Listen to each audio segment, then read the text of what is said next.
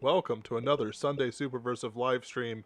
I am your host, Benjamin Wheeler, and I'm here with my co-host, Anthony Marchetta. How are you doing today, Anthony? I've had a fine day. Excellent. Fantastic. And people are just automatically contacting me because they know I'm on stream. They know I'm on stream, and so they contact me. Anyway, actually, I'm sure it's just a notification for this stream itself, so we'll just see. I better pull it up so I can see who shows up in our live chat. Right? There's Bradford Walker. There we go. Hello, Bradford. Hey, hey. One of our only regulars, along with Sheepy, JD Cohen, occasionally. Yeah, no, that might be it. I might have named all of them. Yeah, yeah. Well, we love our fans. Yes, we do. Yes, we do. We love our fans. Uh, so I was invited to the John C. Wright D&D game where we played his characters, and I had a Sealy that I captured, and we had removed its human form, so it was just a seal with an attitude, um, and a penchant for rapine and murder, and so I used it like my as if it was a cat. But they kept taking him from me to do things with, and I'm like, no, this is listen. He's literally a lying seal. I need him. I want him. He is my pet. He's important. He's important to me for what? Because it completes the ensemble. This seal completes me. Right. It's like I'm leading the battleship. I was emperor of mankind. Actually, it's funny because it was all John C. Wright characters, so there were three emperors of mankind playing, or people who could claim it, have claimed it without argument, running around, and I was just the one. And I was playing Aeneas from Super Luminary, so it got really gross. It was because it's like he had ultimate control over his body and could do all kinds of tricks with his body. So of course, being the creative that I am, I used every ounce of that. I was shooting bees. I was creating radios out of my rib cage. It was great. I dig it. So, this week we're talking about the anime season 2021 winter. And oh my goodness, it is so much better than anything we've had in months, absolute months. Um, is it a masterclass So season? Mm-hmm. the word that I hear from people, the common opinion is that this may be one of the great anime seasons of all time. Which, Really? you know, yeah, that does track to me because all of the good shows that were gonna air last year were moved to now. So So it's just a five-car pileup of good shows. exactly, I'm Yeah. not even kidding about that. This is completely true. Huh. Like the reason that all of these great sequels are airing now is because COVID got them all moved down. Yep. And like, And hmm? and this season isn't even the only great season. Like it's just great, you know, Yeah. great hype show after great hype show all year. Oh yeah. Like, and just I'm just gonna push through real quick. But the fifth season of Boku no Hero Academia, Zombieland Saga, Don't Bully Me, Nagatoro, and a whole bunch of other stuff. Pluto. Pluto, um, another season of Dragon Maid. Not that I really watched that, but it's a thing. Um, People do watch it for good yeah. reasons. Unfortunately, we only got as far Actually, as summer. I'm genuinely surprised they're making another season because the director died in the Kyoto Ant fire. Really? Yes, Huh. I did not think they were gonna make another season of it, but credit to them for working through it. Yep. And ahead of time, we've got Chainsaw Man, Shumatsu no Valkyrie. By the way, Chainsaw Man looks amazing. Uzumaki, Megalobox 2. Uh, Even though we hate it here, Shield Hero, 2 seasons. Kaguya Sama. It's just amazing. Like this is gonna be a year to remember for anime. Um, Let us know, Bradford, if you have anything you're watching right now. Uh, this season alone, the final season of Attack on Titan, Wonderland, Promise Neverland season 2, Doctor Stone Stone Wars, Slime season 2. Even though we don't, ReZero season 2, part 2, um, Beastars season 2, Log Horizon season 3, second season of Cells at Work Black, which was amazing. Um, So I'm a spiders. Like I can't find a thing for it, but so I'm a spider. So what? Eurocamp season 2, like this, Skate the Infinity, which is the wild card of the season, and it does not Yes. disappoint. Oh, Skate Infinity was exactly what I thought it would be, and I am very, very happy to say that. right. And It even was everything that I wanted a show called Skate Infinity to be. exactly. And like we'll talk about it later. I just want to finish the overview real quick. World Trigger season 2, Wonder Egg Priority, and that weird picnic show. I've heard a couple people comment about. But even then, we still do have some terrible anime that I will proceed to curb stomp until its teeth are molecularly bonded with the concrete, like X Fair to Arm. say, X-Arm? I was, Yeah. of course, X Arm. There's nothing like just the fact that I to describe like how good this season is, I described like 10 to 12 to 15 shows. It just is how good this season is. It's nonsensical. And this is just the stuff that we're interested in to watch or are popular enough to get a mention. Um Yeah, so yeah.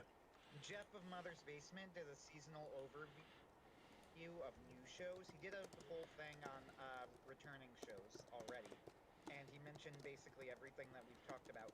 He just did a seasonal overview of like new shows to watch, and of all of the new shows, he mentioned there were like trying to remember like 10 of them or something absurdly high like that. Yeah. And the only one that interested me at all, and the only one whose name I remember is Skate Infinity. Uh, Everything else looked like a really boring slice of life dramas, But if you like that sort of thing, there's a lot of that going on too, or isekai, I should say. And for that matter, even as far as isekai goes, I mean, we get Spider Isekai. Uh, there was that show like I'm from the Boonies or whatever, which is another one of those knockoff Konosubas that people keep trying and failing to make. And you know what I mean by that, right? No, like as in like a parody on it. It's another isekai comedy parody with a similar sense of humor to Konosuba. And these sorts of things kind of explode in popularity after Konosuba came out. So, uh, the MILF isekai was in that category. Of course, it had other appeal, but it was definitely I would have put it in that category still of Konosuba likes. Uh, Especially Cautious Hero isekai was very much a ripoff of Konosuba, if you remember that one. Some The so like Yeah, the hero is overpowered but overly cautious. oh, that one. Yeah. Yeah. Yeah, Cautious Hero is the Kai was a Konosuba ripoff. So there's Uh, there's they only had the there's only one good Go ripoff ahead. to Konosuba, and that's where Putin is a judo master, and he's sent to another world, and he starts suplexing bone dragons. Yeah, I mean that's true. Konosuba itself, I know the creator made the pro wrestler Isekai. I don't remember the exact name of it, but that's what it is. Pro wrestler Isekai, which Right. I feel like should have been better than it was, but I don't think that they put the effort into it. It was animated in a very flat, stale way, where Konosuba always had very expressive animation, especially season 2 onward. But even season 1, Mm-hmm. the animation in Konosuba was always very expressive, and I don't think that. they put the effort into pro wrestler isekai. So I can't really. It's hard for me to tell how good it actually could have been, but I always felt at the time it came out the same season as Cautious Hero Isekai, which did have a lot of effort put into it, and they clearly, like, they went all out with the budget and they were very expressive and elastic. And I always thought that they really should have, like, if they had combined the writing of Pro Wrestler Isekai with the animation of Cautious Hero Isekai, that it might have actually ended up being a great show. But unfortunately, that isn't what we got. That's how things go, Honestly, sadly. yeah, honestly, I just want more Konosuba. Konosuba movie was fantastic. Uh, they just came out, for that matter, just in a even more, more abundance of riches. They just came out with the dub for the Konosuba movie, and Konosuba has a very good dub. Hmm. It has a well above average dub. Excellent. Admittedly, I just kind of So stopped watching Konosuba after season one, but you know, you it's really should watch season two. The animation gets they change. I don't want to know if a bump in quality is exactly the right word. They change the animation style slightly, but noticeably, ah. where it's much more elastic and much more cartoony, I guess is the word. And I think it's a good change. I think it's a really good change. And you get some absolute banger episodes in season two, especially they did two OVAs in a really weird thing. They made two OVAs. Both of them came after season two, but one of them was done in the style of season one, and one of them was done in the style of season two. And I don't know why. But Then it was the probably at one work before style, then, you know. I would guess, that's the only thing that really makes sense. Because the one that was done in the style of season one was okay. Konosuba's kind of always good, so it was just fine because it was more Konosuba. The other OVA, which was done in the season two style, was what's became known as the Choker OVA. Oh And right. the Choker OVA is peak Konosuba. It is some of the funny. It's one of the funniest episodes of anything I've ever seen. It is so funny. I still remember it. That's how good it is. If you remember it, that's not even sarcasm. If you remember it, it must be good. Yep. The Choker OVA was just perfect. And it was great fodder for the Konosuba sexist actually crowd. But honestly, it worked. It worked perfectly. And it worked too because it ended the way it had to end, with Kazuma being beheaded in vengeance.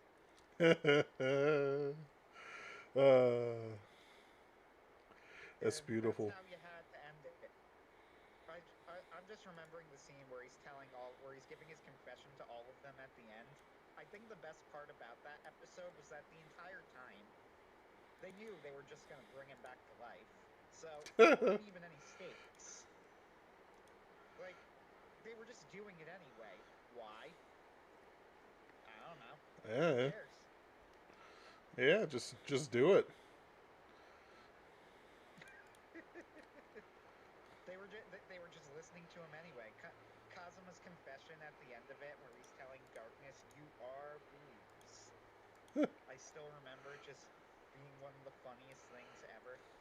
It's like He's like, Aqua, when we were sleeping next to each other, I really, really wanted to find you attractive, but I couldn't. You're just so annoying.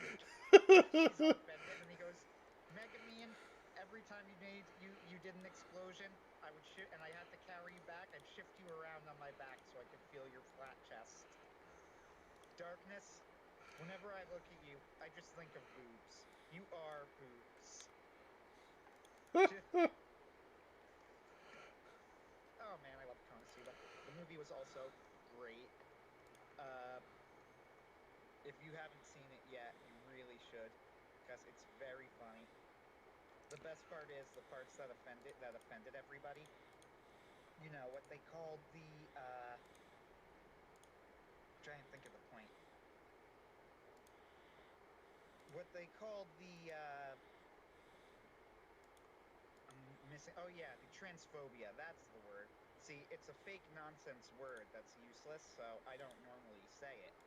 Meaning, I forget what it is a lot. Anyway, because it's not a phobia to be anti-transsexual since it's a mental illness. What? Anyway, Anthony, please, what they call please, right. I need my monetization. Anthony, like I need the 5 cents YouTube won't give me. It's like it's only 5 cents, but come on, Anthony, you stealing bread from my Whoa, mouth. whoa, whoa! How long have we been earning money that you have no? We haven't earned money. That's the thing. I'm just messing around. There has been no money at earning at all, and it makes me What sad. I was trying to say though was that the transphobia parts of the quote unquote transphobia parts of the movie were actually by far the funniest jokes. Like Oh yeah, they they were hilarious. that's always the Because case. once again, there's no such thing as transphobia. Being anti-transsexual is rational and it's not a phobia. Uh, you should find if you don't find transsexuals weird, there's something wrong with you. Oh no, like I've had to deal with them at my gas station, and like it is alternatively like one of the scariest things you have to deal with, because often they have the body of a man, and even if they've got had some hormone blockers, because they're inherently dissatisfied with their body, usually they perform some type of exercise, so they're way beefier than you think they should be. And so, like, I'm a beefy guy. I'm a really beefy guy. I can lift like 300 pounds on my. I'm pretty close to 300 pounds on my bench press. I'm at 500 pounds for my deadlift. You know, like I got strength, and even then, like these guys, no, thank you. But that's how it is sometimes. With the with this stuff, though, it's like compared to like let's just sort of bring this back to the anime season, Yeah, because I was about to get there. Keep going. the only reason we get under this stuff is because nobody notices us or mass reports us, which is why being on unauthorized is important. I will I will put streams on unauthorized if we get kicked off of here, but I'm not going to do it too much quite yet. Um, we are on Spotify with our Pinkerton's Ghosts, and I'm still waiting on gosh dang iTunes. So you know, just in case something happens.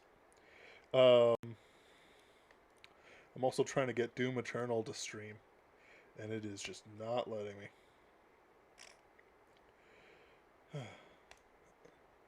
Anyway, so with this season, I'll go over the stuff I've watched so far. Excuse me, so far. I have watched. Let's see here. I've watched the first two episodes of Beastars, Cells at Work Black, Skate the Infinity, and I feel like I watched something else, but I don't remember what it was. So maybe it's not. Oh, X Arm. I watched X Arm, which Oh right, made me angry. terrible X-Men stuff. It's Uh, absolutely bad. We'll talk about it later. But for my just brief overview, Cells at Work Black was amazing. Beastars season 2 was amazing, and Skate the Infinity was amazing. so I have seen episode one of Log Horizon. I haven't, and I think they've only made one episode of Log Horizon, so that's all. I've only seen the first episode of Beastars. I did not see the second. I've seen the first two episodes of Cells at Work Black, but not three or four yet because the Funimation app is absolutely broken, and you can't sail the seven seas for episodes three and four of Cells at Work Black yet. Uh, Seriously, the Funimation app, I was trying to make it work. This on my PS3, because of course I free trial spammed it. I was trying to make it work on my PS3. It would not work. Eventually, we tried to get it work. We plugged in a laptop and tried to get it to work on there, and we realized that the captions were off. as in, like, they were probably a good 30 seconds off. Things were flashing on the screen that were clearly not related to what the characters were saying. And we eventually just said, screw this shit, and stopped. So I have not seen 3 and 4 yet. I'm probably going to have to wait to pirate it. So there's my mini rant for the day. But anyway, and I've seen the first episode of Cells at Work Season 2. I've seen episode 1 of Skate the Infinity. And I might be missing something, but...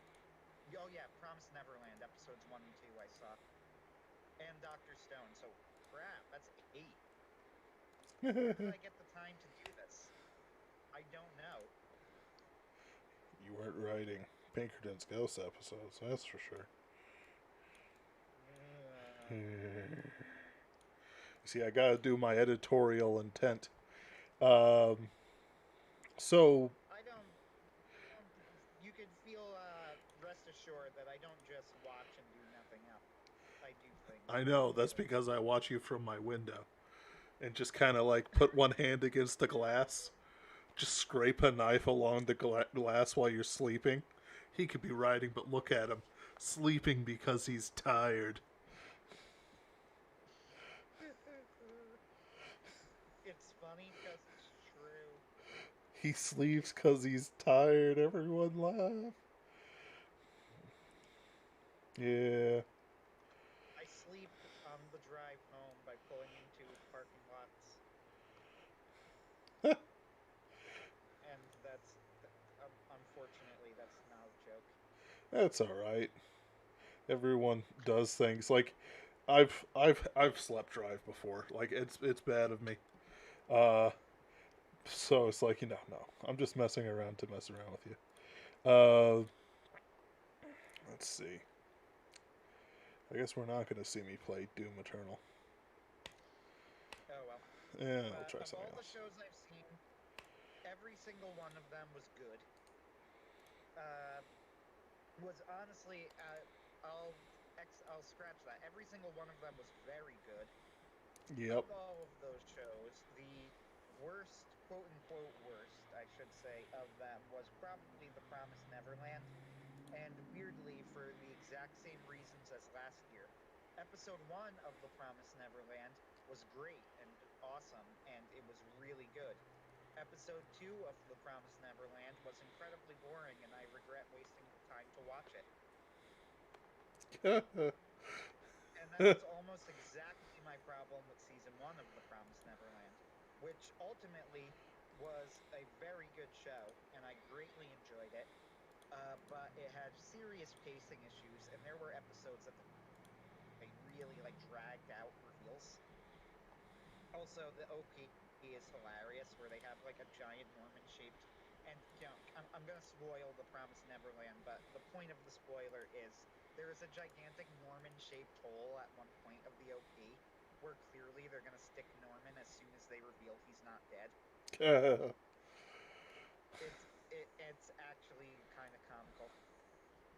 Unfortunately, I do not remember the OP for the new Promised Neverland, so for the new season, so it's not as good as Touch Off, which was a very good OP. Yeah. Honestly, I followed the Promised Neverland manga pretty carefully, but I never followed the anime carefully. Season 1 was good. It was good. That's because they just did the best arc in the show. But it's weird because my problem with this season is the exact same as my problem last season. Episode 1 was great, intense, and exciting, and episode 2 was really boring.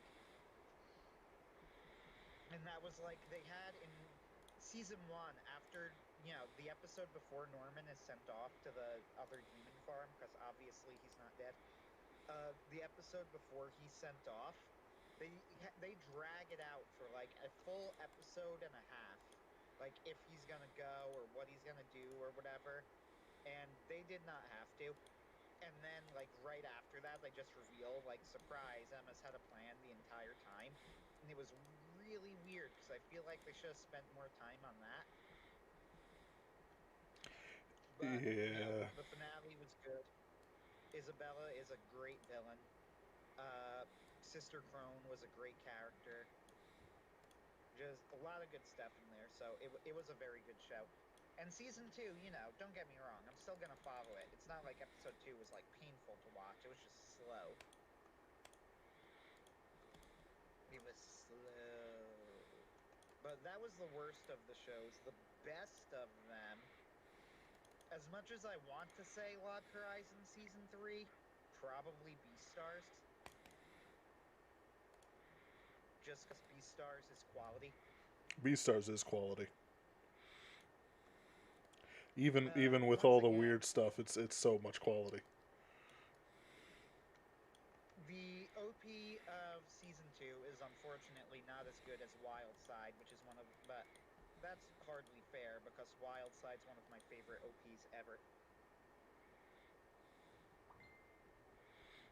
I've been I'm watching. just reading Bradford Walker. He says, I've been watching really stuff that Bandai put up. I think he means old stuff that Bandai put up. Some of that janky stuff I remember from watching Voltron in the 80s was actually better than the original, and some was worse. And I Yeah, believe that. like I'm not a doomer as much as some of the other guys are, because I was born in '89. So even though I'm Gen Y as all get out, I don't have the same experience at all, and because I spent most of my childhood more or less isolated, there's a lot of cultural cues I don't pick up on. Um, like I wasn't really a social animal until like high school, so a lot of this stuff is just me doing whatever and not remembering it. Like I saw Saturday morning cartoons, the best cartoons ever made, but meh. Hold on. Yep, those are the best cartoons ever made. I should. I've already. Growing up, so I grew up with, honestly, where the best cartoon airing was SpongeBob. Oh no. And you want to know something, though? I have maintained this, and I will till the day I die, that seasons 1 through 3 of SpongeBob were legitimately great. Uh, they, they were among the best cartoons ever made. And they were also the most difficult type of cartoon to write in that they were straight comedies with absolutely no drama.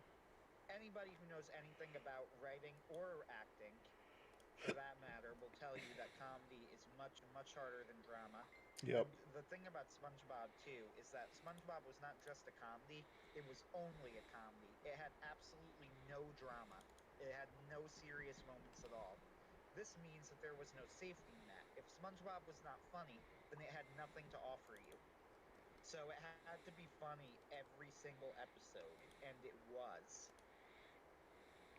Yeah. Every single episode, even the bad episodes in season, quote unquote bad episodes of seasons 1 through 3 are incredibly quotable.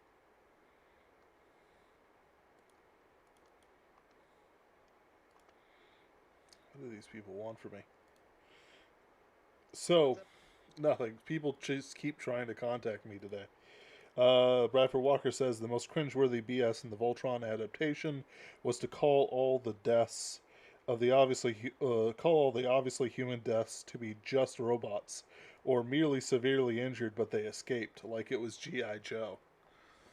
Yeah, no, I always called BS on that stuff, because it's like when it's like when the villain of the week attacks a school, or like Godzilla's throwing somebody across Tokyo, or like the Power Rangers have to fight the big boss or whatever. Like in Lost Galaxy, it made sense because there was always a scene, or there was at least a couple times a scene where everyone runs into bunkers to be safe. So, in other words, you could destroy the city all you want. The only people there are those who shouldn't be there. But, like, no, just listen. If a colony ship got smashed, just say, whoops, we lost 1 million human colonists and stuff, and it'll actually raise the stakes. Like, they wanted to soften things up, but that just ruined the stakes of some of these guys.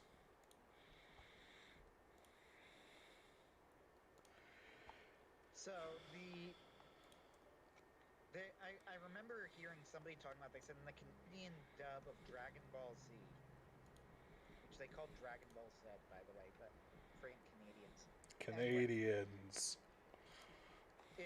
he said that in one of the most ridiculous scenes in all of Dragon Ball Z, they said like Frieza like destroys a plane that's full of people or something like that. And he said, and there's this amazing scene where like I don't remember, like Krillin or something or Goku, or they're watching it in the distance, and they cut to showing the destruction in the distance, and you hear Krillin or something say, "It's okay, they've deployed their parachutes." He goes, "But you're watching it, and there are no parachutes on the screen. They didn't even edit it in. They just go, nope, there's parachutes." I mean, every now and then, I think that occasionally it actually kind of makes things better. Like in Yu-Gi-Oh, everybody mocks like they're sending them to the Shadow Realm or whatever, but I actually kind of like that as a change. Yeah. Yeah, I feel like it adds some color to it. But uh, on the other hand, you also get scenes like the hilarious Four Kids One Piece dub, where they have the great scene where like Nami gives Usopp a knife and tells him to hide it, but then you have her going, "It's a rubber knife, Usopp. Remember, a rubber knife," like really loud. And it's not a rubber knife. It's a knife. It's just a normal knife, actually. In fact, it's Nami. What are you giving? It's like he slowly starts to freak out. Nami, why are you giving me this knife, Nami? Nami, what have you It's a been through? rubber knife. But it's clearly not rubber. It's rubber. Somebody made a great thing, Full Metal Alchemist, as dubbed by Four Kids. That was pretty funny. And they called it was Full Metal Alchemist Friendship is Magic. And they just had Edward go, "Hello, my name is Edward." And they had Al next to him. He goes, "And I am Alfonso." He goes, "Yes." And we are alchemists searching for the friendship stone. They go and fight the priest, and you just see Ed go, "Magical friendship stick, rise from the grave." It's pretty funny. That hurts me though, And just a it's little dead bit. on, though. It's dead on. Oh, Four Kids, what a reliable marker for total BS. I mean, yes, but also yes, I guess. I mean, like, here's the thing. I've got fond memories of Four Kids. Four Kids. Well, that's because the Four Kids One Piece rap is non-ironically awesome. And everybody hates on it because it's trendy, and they shouldn't. Red line, there's no doubt. Pirate eyes on it, it'll see. I'll be king of the pirates, gonna be hearing yayo, yayo. It's the although I did like the top comment when they go Chopper's doctoring, and like on YouTube one of the top comments is, "That's not what doctoring means. That's not doctoring." uh, The Washington Post has given us Republicans call for unity but won't acknowledge Biden won fairly. That's a Weird. pickle. Are you bringing in That could cause politics? problems. Are you bringing in I am. politics to my anime stream? Come on, Anthony. Are you allergic to I'm a little bit. monetization? You're I'm a allergic. little bit tad. I just found that headline really funny. Actually, Anyway, the funniest thing has been the nuclear scares. Just because it's like, why are you afraid of being nuked? What do you guys know? Should we be nuking people? I mean, I'm not against nuclear proliferation and Metal Gear. You know what's going to happen, right? On a certain day coming up soon, he is going to walk up. He's going to go something like, "Kept you waiting, huh?" He'll put on the headband, and everyone's going to lose their minds. This is all Metal Gear Solid references, in case you naturally. didn't know. But anyway, the best of the ones that I saw was probably Beastars. Beastars looks great and has an amazing soundtrack. like I said, the OP is not as good as Wildside, but Wildside's one of my favorite OPs ever, with that sick stop motion animation and the creepy little story they did about Lugosi eating Haru. Uh, Yeah. the new OP was just fine. It was fine. I like the animation is what's disappointing to me. I'm actually a big fan of that band which did the Doro Hetero EDs and OPs, or at least the EDs. Are they the same band that did this OP? They sound exactly the same, so I don't know. Like, here's the thing: it's all about sounds. They're related. I love that sound. Point is, You're referring to the current OP, right? Not Wildside. not Wildside. Wildside was a bunch of jazz musicians. Um, Yeah. the it's the animation that lets it down, and the animation's actually not bad.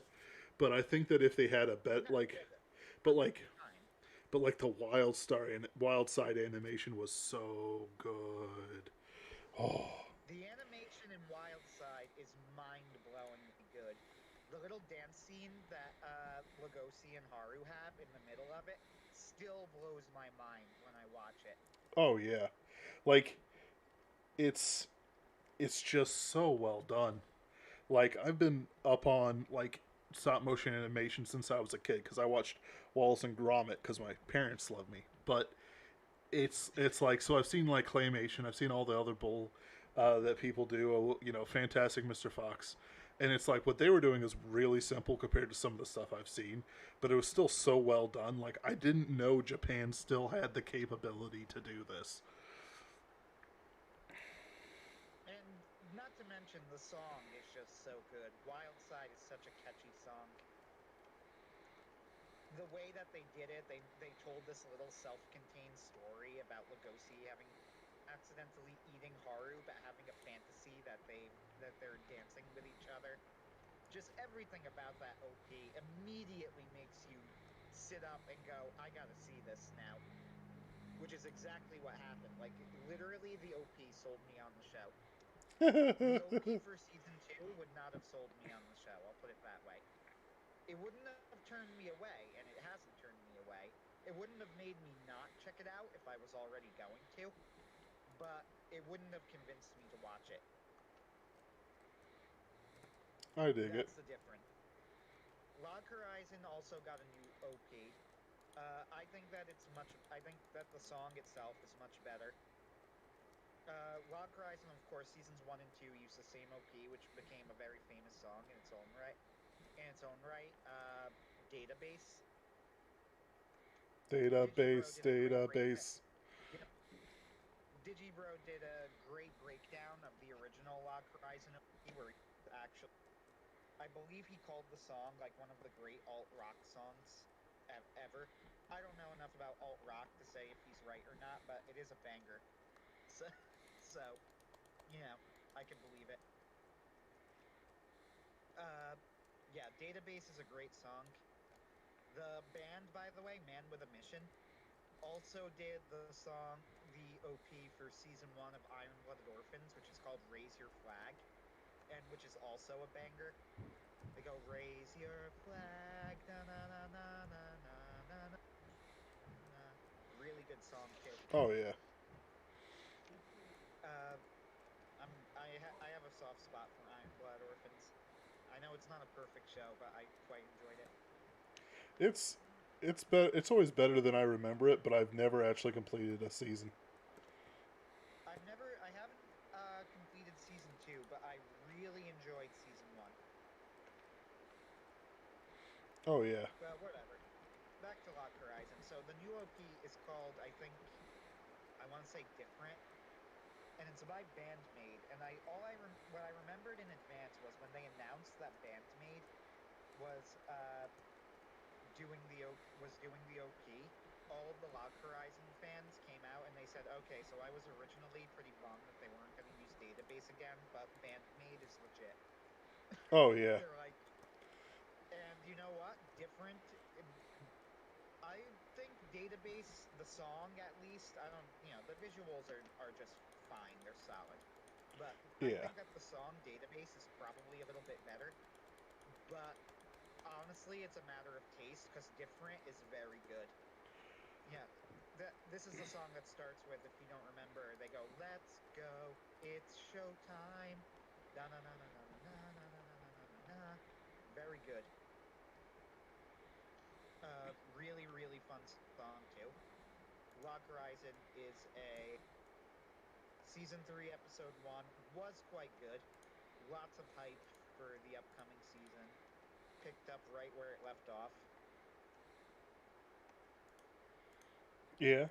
I'm sorry. I'm just looking at the Discord message. Nothing important.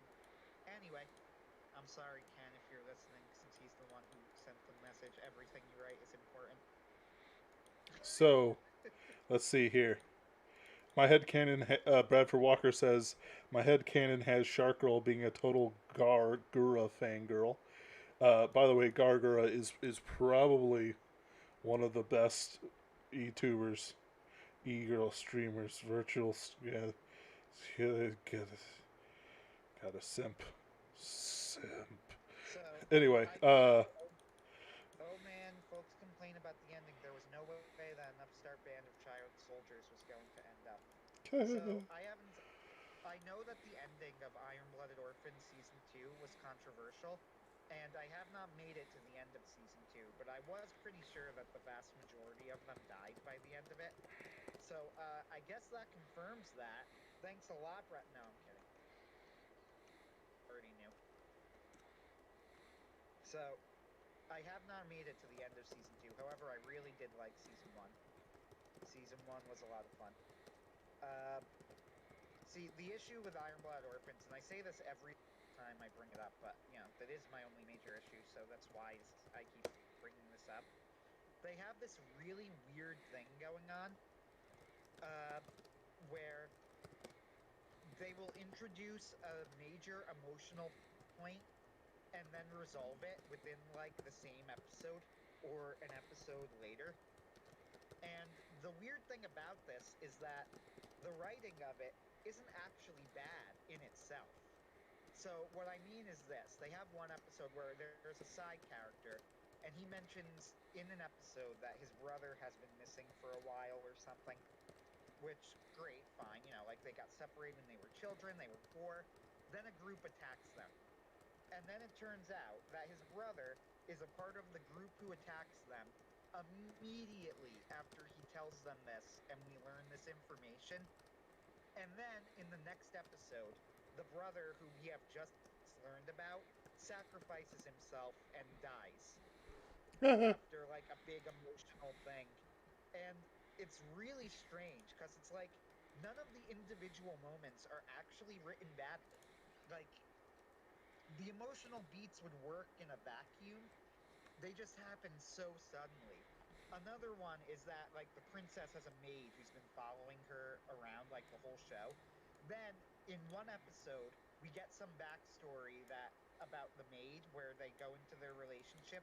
They reveal that the maid is a traitor, and then the maid sacrifices herself to save the princess. what And story is same this? issue. Iron Blooded Orphans. Okay. And same issue. Like, none of the individual moments were actually handled badly. They just, like, shoved it all into one episode. It was very weird. But with that said, overall, it was pretty good. And even this, it's like, it could have been done a lot worse than how they did it. A lot worse. But they didn't. It was good. That is the only Gundam I have seen in full, and I really enjoyed it. It was good enough that I'll probably check out another one day. But Iron Blood, I like the characters in it. I like the animation is solid.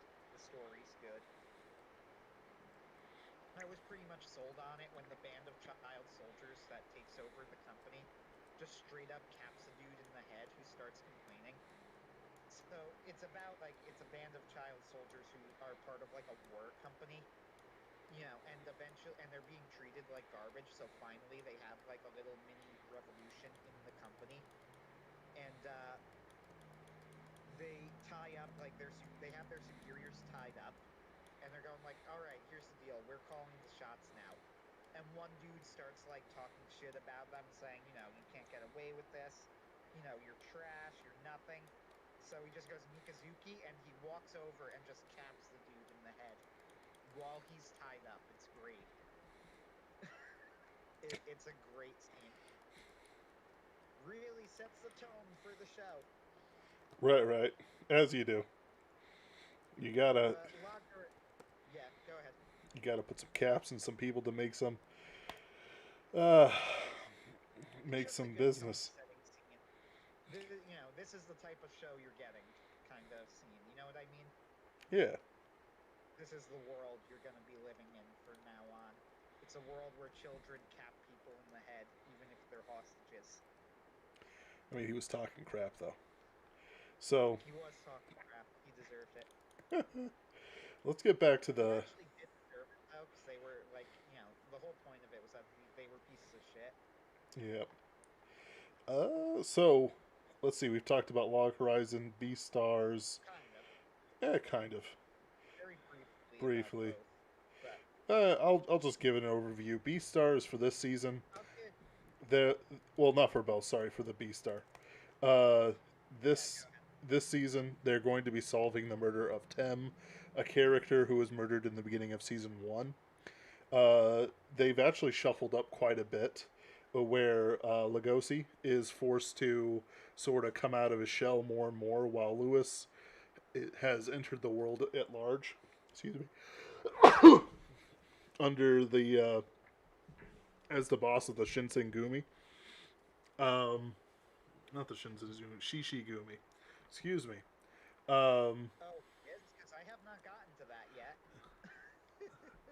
okay, Anthony. Shit. That's cool. It is cool. It's actually unbelievably cool. The voice acting is absolutely amazing. Um, and yeah, so that's the sort of whole point of it. Um, they haven't even gotten to um, suspects yet, but it's That was one of the great hype moments of season one, when Lewis caps that dude who's about to shoot Lugosi. yep. I'll also just touch on Cells at Work Black. It's absolutely amazing, and it goes from hopeful to sup Mega Buster Shepherd. It goes from hopeful to oh no, everything's crap and burning down and whatnot real fast. Yes. Oh, it's Cells at good. Work Black is a lot of fun. So, Cells at Work Black is one I had been looking forward to for a while because I had read the manga. See, unlike Ben, who never really got into the original Cells at Work, I was a fan of it. I enjoyed it. I was enough of a fan that I don't know if I caught up, but I got ahead a little bit in the Cells at Work, in the vanilla Cells at Work manga. And Cells at Work Black I had heard of, and it sounded badass, so I read it, and the manga is indeed badass. And when they announced that they were making an anime, I have to admit I was really happy about it, but I was genuinely surprised because I'm like I didn't think that they would actually make one, because Cells at Work Black is dark. The only thing is, I hear people calling it a black comedy, and I got to admit, after watching the first two episodes, I'm like, it's not really funny. Like, Yeah. what's the comedy? Not This is not a criticism, by the way. I mean, you're Um, right though. I mean, like it's funny for the situation, not anything else. it's funny in the same way, I guess, that a series of unfortunate events, I suppose. Like, you know what I mean? It's Yeah. very dry humor. Like, the reason it's funny is because it's so bad. Like, they have this great scene in book 5 of a series of unfortunate events where the Baudelaire children are living in a place on a school at a school they're living at a school, but the home that they're living in is called the Orphan Shack, and crabs like roam the grounds and nip at your feet or something in the Orphan Shack. Oh my And they goodness. go into the cafeteria, and a girl named Carmelita Spatch just gets the entire school to start chanting "orphans living in the orphan shack." And it's funny because it's so horrendously over the top awful that it just loops all the way around to being actually kind of hilarious. Yeah, no, Think it's that that's a series of unfortunate events. Carmelita Spats having everybody chanting "orphans living in the orphan shack." how horrible. Ah, but It how is. amazing. It is. Cells at Work Black, I guess, kind of like that. Uh, Cells at Work Black had that amazing scene where the older cell just the carbon monoxide gets loose in the blood in the vein in the artery. I guess I don't know blood Yeah, vessel. something. Yeah, it gets loose. The carbon monoxide gets loose in the blood vessel, and you just see this nice, beautifully drawn close-up scene of all of the cells with their faces turned blue, slumped on the walls as the carbon monoxide chokes them to death. And uh, the massive tittied white blood cell chick who uses a katana, who is, by the way, the best character. Yes. Anyway, massive tittied katana wielding white blood cell chick comes in and saves them from the bacteria that shows up. And then the older what red blood cell looks at our main boy, red glasses. I'll call them glasses because they don't actually have names. They have really long numbers. Anyway, he looks at glasses and he says, "All right, I'm more experienced. I'm going to take this oxygen up through the vein or up to the brain because they need it. You go around. That way is safe." And then he's like, "But senpai, what are you going to do?" And he just picks up the oxygen, charges into the carbon monoxide as he flashes back over his life. It's like this is the end for me. White blood cell grabs glasses on the shoulder and goes, "Don't let his sacrifice be in vain." And if As he runs the oxygen down the vein, white blood cell is following him, just taking out bacteria on the way with her badass katana. right, It's fantastic. and like And then in season two, they go to a strip club, and they actually had to tone that episode down because I am like 90% sure that the manga there was full frontal nudity.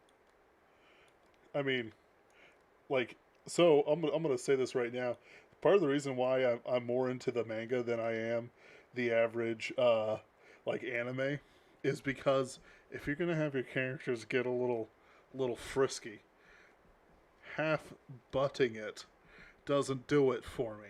Because then it's like, oh, congratulations, he is so scintillating. It's like, lady, in the manga, this was full frontal. Are you telling me?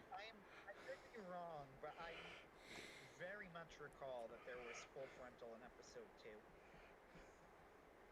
Eh. Uh, Oh in well. in the in that story in the manga.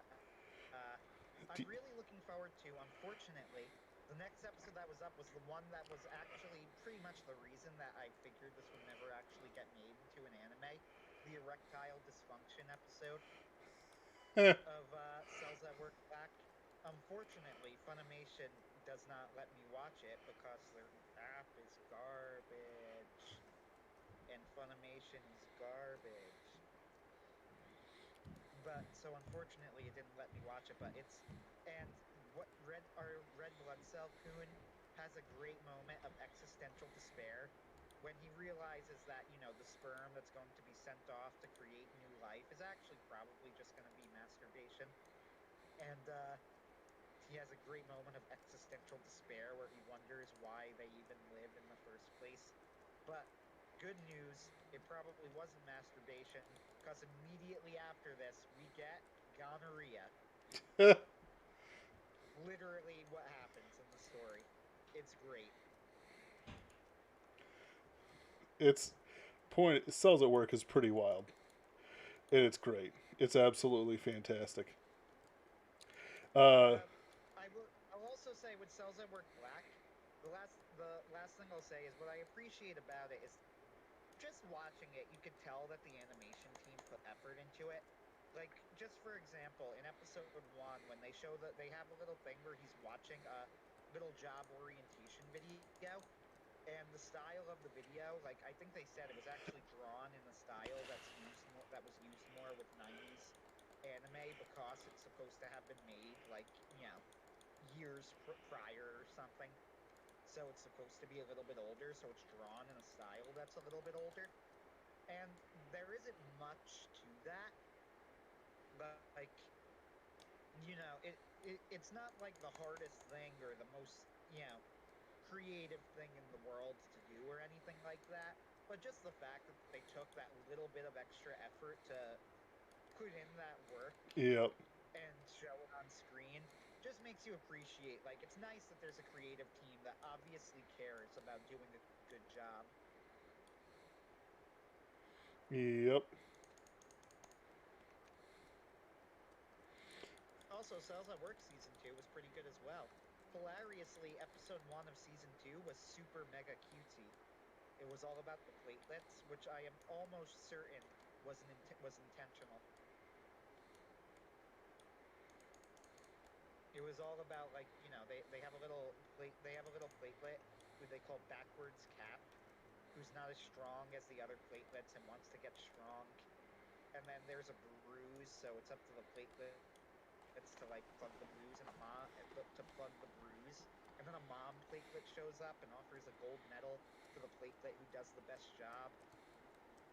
And it's adorable. That is pretty amazing. With yeah, Cells at Work is pretty good. Cells at Work is worth watching. Uh, Bradford Bradford. Walker says Cells at Work Season 1 was mean bait, glorious mean bait. You're just thinking of the platelets. You're correct. He is correct. And Uh, they made a spin-off manga called Platelets at Work too. so I'll the also say I could be wrong, but I think they toned down the platelets in Cells at Work Black as well, because they're showing them. I might be remembering it wrong though, but they're showing the platelets in Cells at Work Black, like unlike the platelets in the original, who are little children. They're like bratty teenagers in Cells at Work Black. But in I I might be wrong, but I remember in the manga they were portrayed as child soldiers. So I could see why they would change it, I guess. But and maybe I'm misremembering, but it would be nice if that's what we would have gotten too.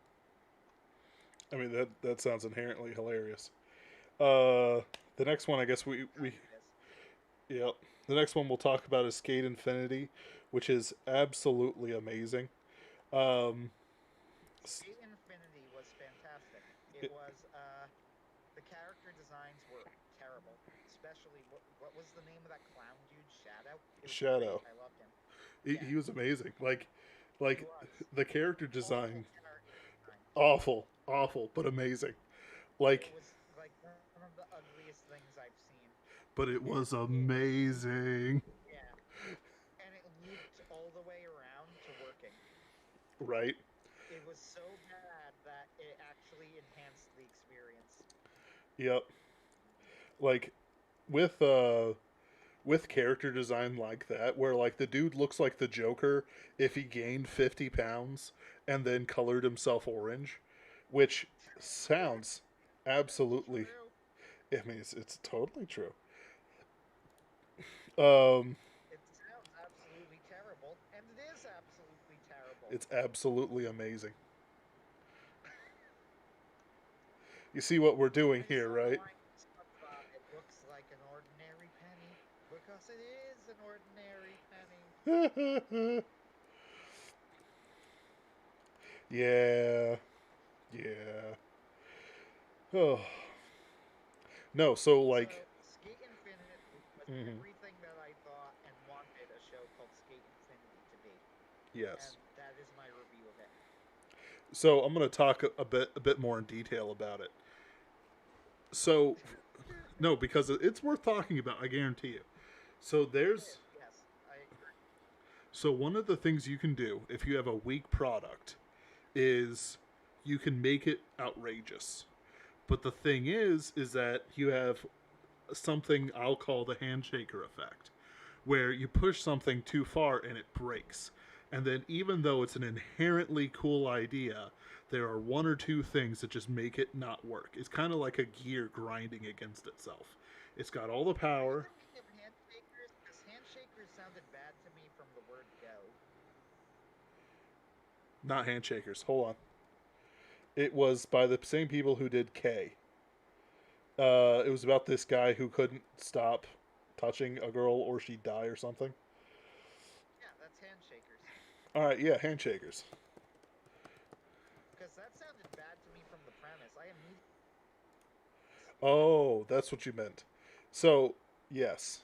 Uh, and it got a sequel. It did. It That's did. considered one of the worst anime of all time, and somehow it got the sequel. How? It sold That enough. blew my mind. It sold enough.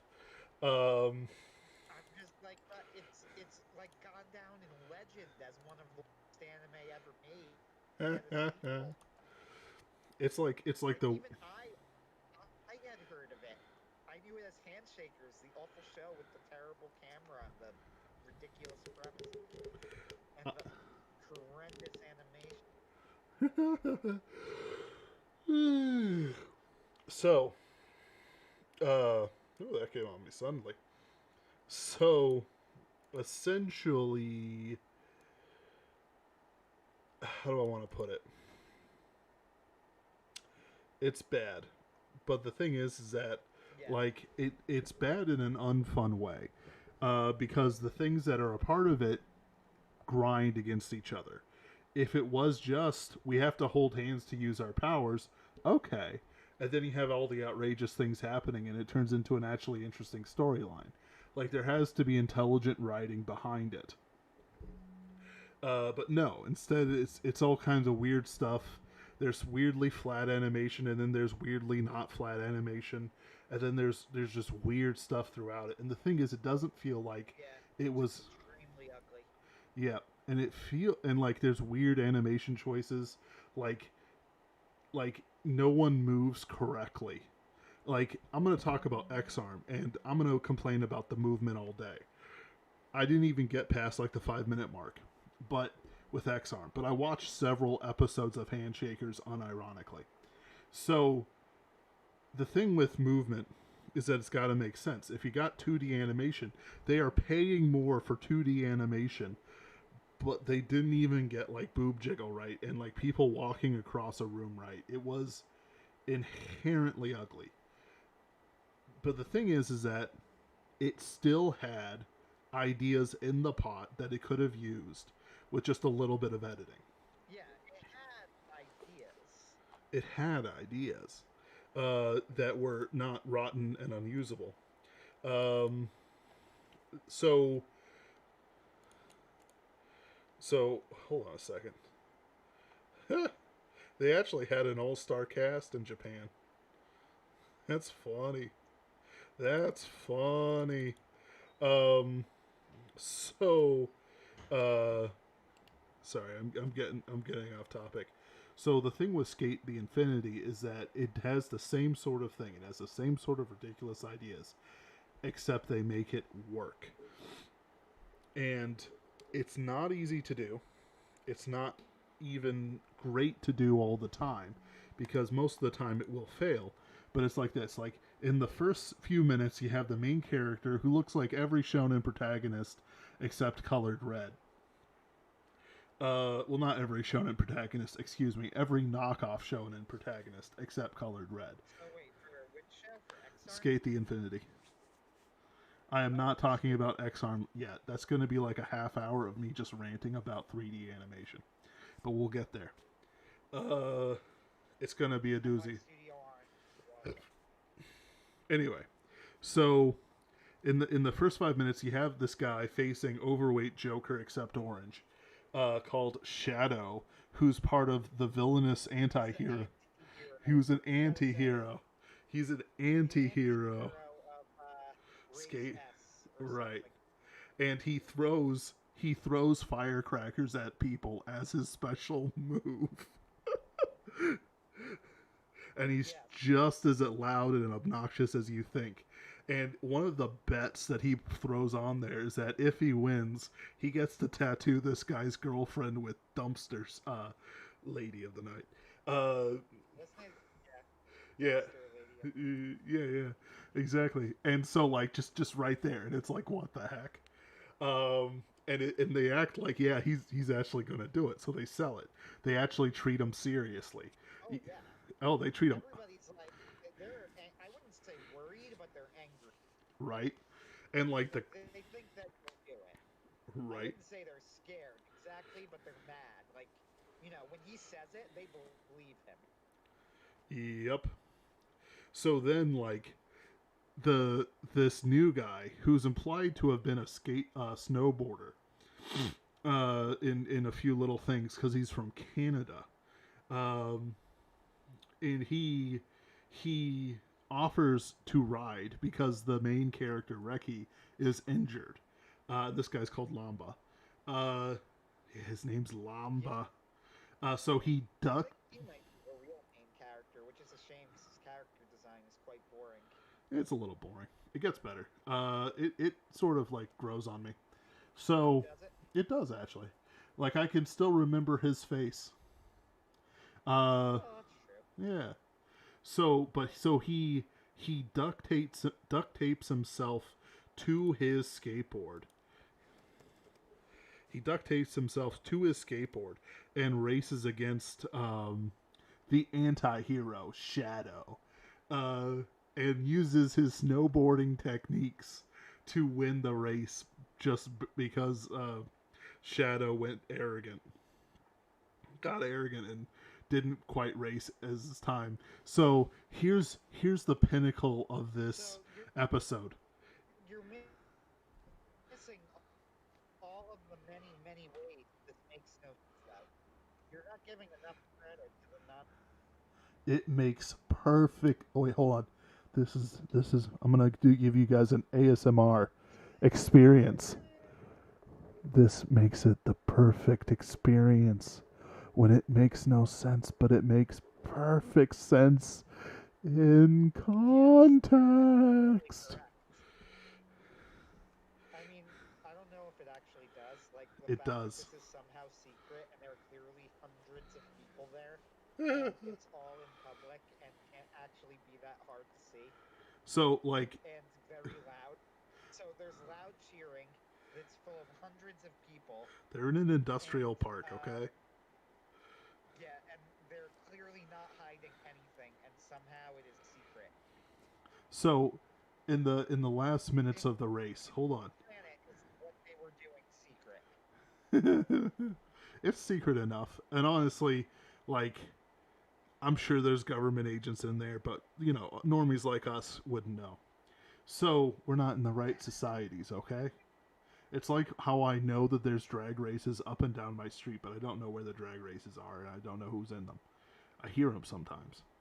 So the ending is this guy grinding across several collapsed girders over a mosh pit, where he's nearly there. But Shadow, realizing that he screwed around and he wasted all his lead, because of course he did, grabs his firecrackers, throws them up as Lamba shreds all above the crowds as firecrackers go off. The crowd is cheering. It's the wildest thing I've seen this season, and it's amazing. Honestly, Skate Infinity is is probably my second favorite show of the season to Beastars. Oh yeah, And it hurts me to say that because we kind of skated over Log Horizon. The thing about Log Horizon is episode one of the season was good. Like, I don't want to give the wrong impression here. It did not disappoint. I was satisfied with what I got. However, ultimately, it's like if you like Log Horizon, you'll like it. If you don't like Log Horizon, you won't. It had the politics, it had the intrigue of that sort. It brought back the characters that you like. Skate Infinity was another animal. Yep. It was something else. Honestly, it reminded me of Kuroko no Basket, and it will probably be my second favorite sports anime to Kuroko no Basket. We'll count it as a sports anime, right? It's a Why are sports you anime. calling it basket? It's clearly basket. Because every time I've heard the Japanese pronounce it, I've always heard it pronounced Kuroko no Basket. But why? That's that's Beats me. It's like my it's sister insisting to me that Senketsu is pronounced Senketsu, when if you watch fucking Kill la Kill, they call him Senketsu. right. Sorry, it's a pet peeve.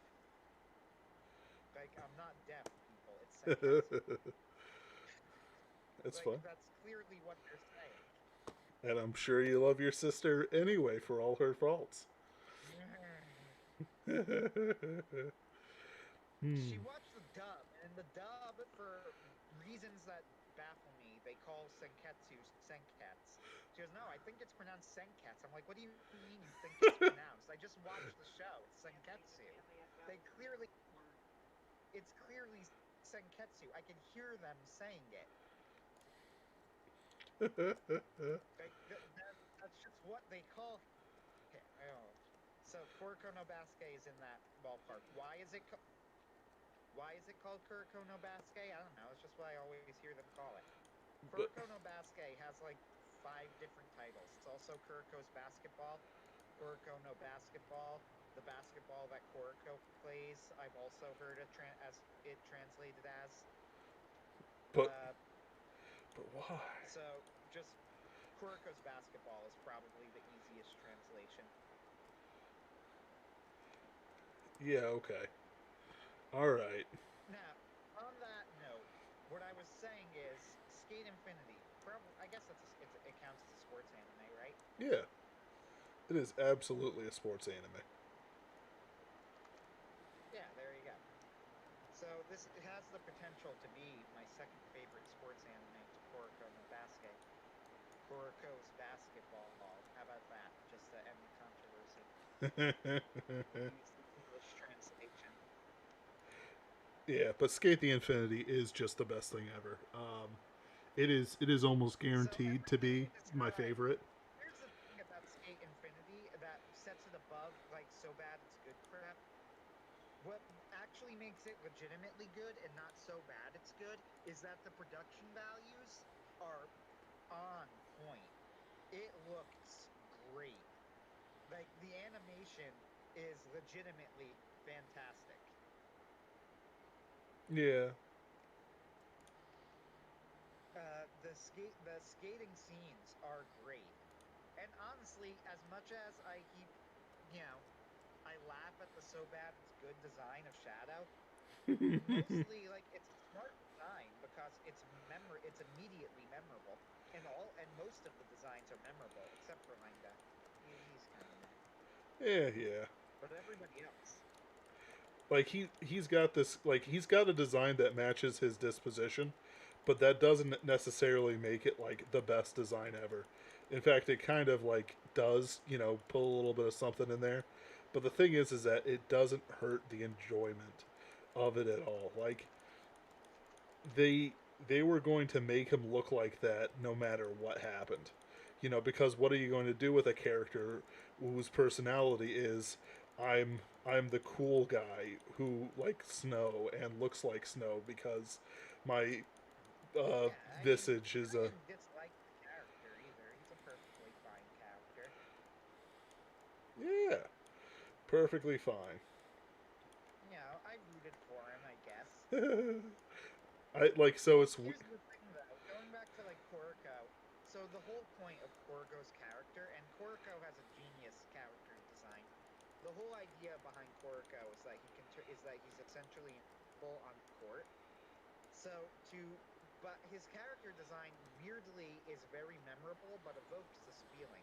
They give him like light blue eyes and light blue hair, and they make him short, and especially compared to all of the other basketball players.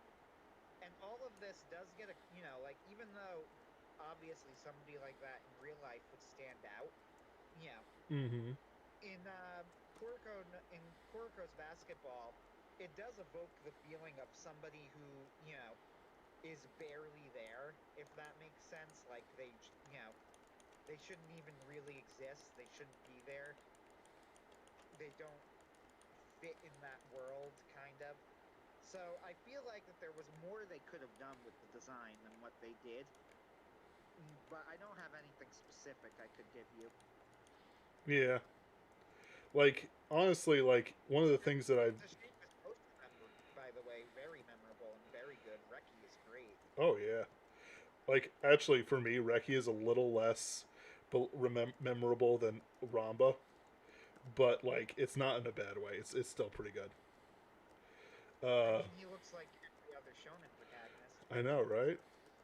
So it's but like in a good way. you can see him, but it's like strange. Hold Any on a second. My mouse froze, so I want to check something. Go and rant about Skate Infinity for a moment. I'm actually I'm actually going to no, Skate Infinity's good. It's just good. Like you should watch it. The characters and processes, it's just fantastic. It's a well written show for something that's honestly fluff. And as a guy as like doing all the Pinkerton stuff, I can appreciate it. But you know what I don't appreciate? X Arm. X Arm is utter trash, and it deserves to be known as trash. So 3D animation gets a lot of guff for actually not being nearly as bad as people say it is. I'm going to point out Pixar, but there's other things too. Even though everyone hates the Minions, you know what the Minions make? Wheelbarrows of money. Just dumpster trucks full of money. They make so much money because your aunt likes to have a little minion keychain and she thinks them so cute because they were designed to make money. They were forged in a executive office for the absolute most cuteness they can imagine, even down to their baby talk and their big ol' eyes. These things are soulless machines designed only to make money, and they do it amazingly well. And part of that is the 3D animation. This isn't exactly popular, but I'm actually very okay with 3D animation, even in anime. But the thing is, it has to be done well.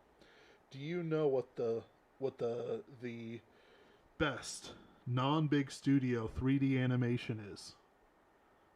It's RWBY. Do RWBY. I'm still here.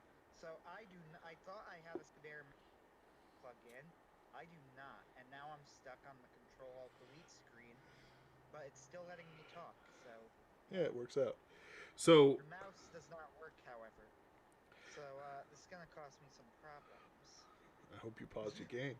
Uh, so I'm gonna explain why.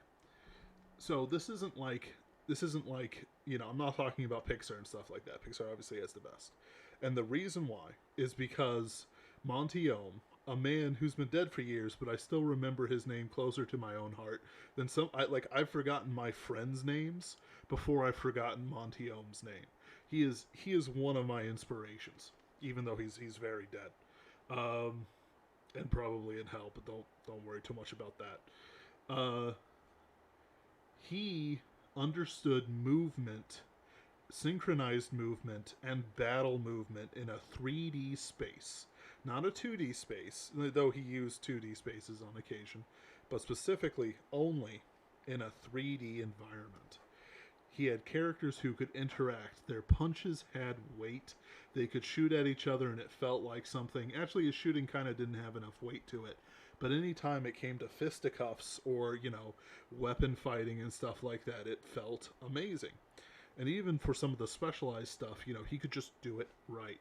The fights felt weighty. It felt good. It was exactly what it needed to be. The animation declined after he died for obvious reasons. There is a power to auteurs. No one will be able to write your story better than you can yourself unless you're a trash writer. I assume that people who write at least who are in my circles, study writing. They look to get better at writing. They want to earn money while writing. So in other words, it's kind of a business. It's kind of a thing that they want to do, and they're willing to sacrifice time and effort to get better at it, get good scrub. But it's like, it's like without his guiding principles and his ability to tweak things into just the right way, the animation went down hard. And while they're able to pull it off sometimes they'll do we're prepared to fight slash cut blank. Oh no, we lost the fight, or oh no, we won the fight, which is terrible writing. It is terrible, execrable writing. But it's alright. I still respect the early seasons of RWBY up to like season 3. It's pretty great. Neapolitan's a great character. The character designs are so fire, it's ridiculous. Like, they are skating on the strength of character design alone. The music is amazing. The music is actually still good, even though it's not my style, because, I'm not into it as much. The music stylings are actually still holding up. Like, there are 1,000 little things that RWBY is doing right, even though the main plot, the characters, the interactions, the personal relationships, the romances such that they are, the art has become more and more trash as time goes on. They're still able to basically surf off this guy's dead corpse for years. They've tried to do other shows like Genlock and stuff like that, but they crash and burn so hard they leave smoking craters that could kill dinosaurs. It's Yeah, I have never watched RWBY. I doubt I would enjoy it. You probably won't. The very little bits I've seen of it, so, but maybe. Who knows? You see, I kind of like turn stuff off. Like, I appreciate RWBY just for the fact that Montiome was allowed to put a dancing scene in whenever he wanted, and he knew how to make a fight incredibly exciting to watch. Like, if writing, videotaping, 3D, 2D, if your fight's not exciting to watch, it's trash. It is a trash fight. It doesn't matter how cool it is or how high the stakes are. The reason why Skate Infinity worked was because it was the coolest shit I've ever seen this in 5 years, maybe even, no, not 10 years, but it's the coolest thing I've seen in 5 years. Yeah, the last thing I saw that was what I as Skate Infinity was probably What? All Might versus All for One in My Hero Academia. See, this is the All Might versus All for One. Okay, yeah, I can see that, but like, I mean more in the sense of new things. And there were other great fight scenes from that show specifically too, for that matter. But my problem with that thing is that I remember the Bakugo reaching out and grabbing the hands of his friends more than anything else. oh my god, the final moments of that fight are like what I aspire to be as a writer. Yeah, but there was like years of setup. Which I've said out loud, and I remember Jeff, for all of the shit I deservedly heaped upon him because he deserves it, did do a very good his anime lay, his fight breakdown of All Might versus All for One. He did what was quite a good one for that fight. And I just remember him pointing out, he goes, so as All Might raises his fist in the background, an explosion goes off in the background, because at this point, why not? Just, it's like, why is there an explosion in the background as he raises his fist? I don't know, who cares? So, Mega Buster Shepard gives us the boomer opinion that Rooster Teeth hasn't been good since season 5 of Red vs. Blue. Honestly, though, Red vs. Blue is such a zombie.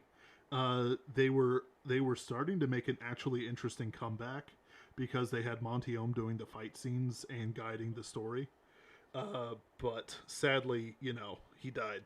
So, like, it's serious. Like, if certain people just die, whoever takes up their sword is not going to be as good as them.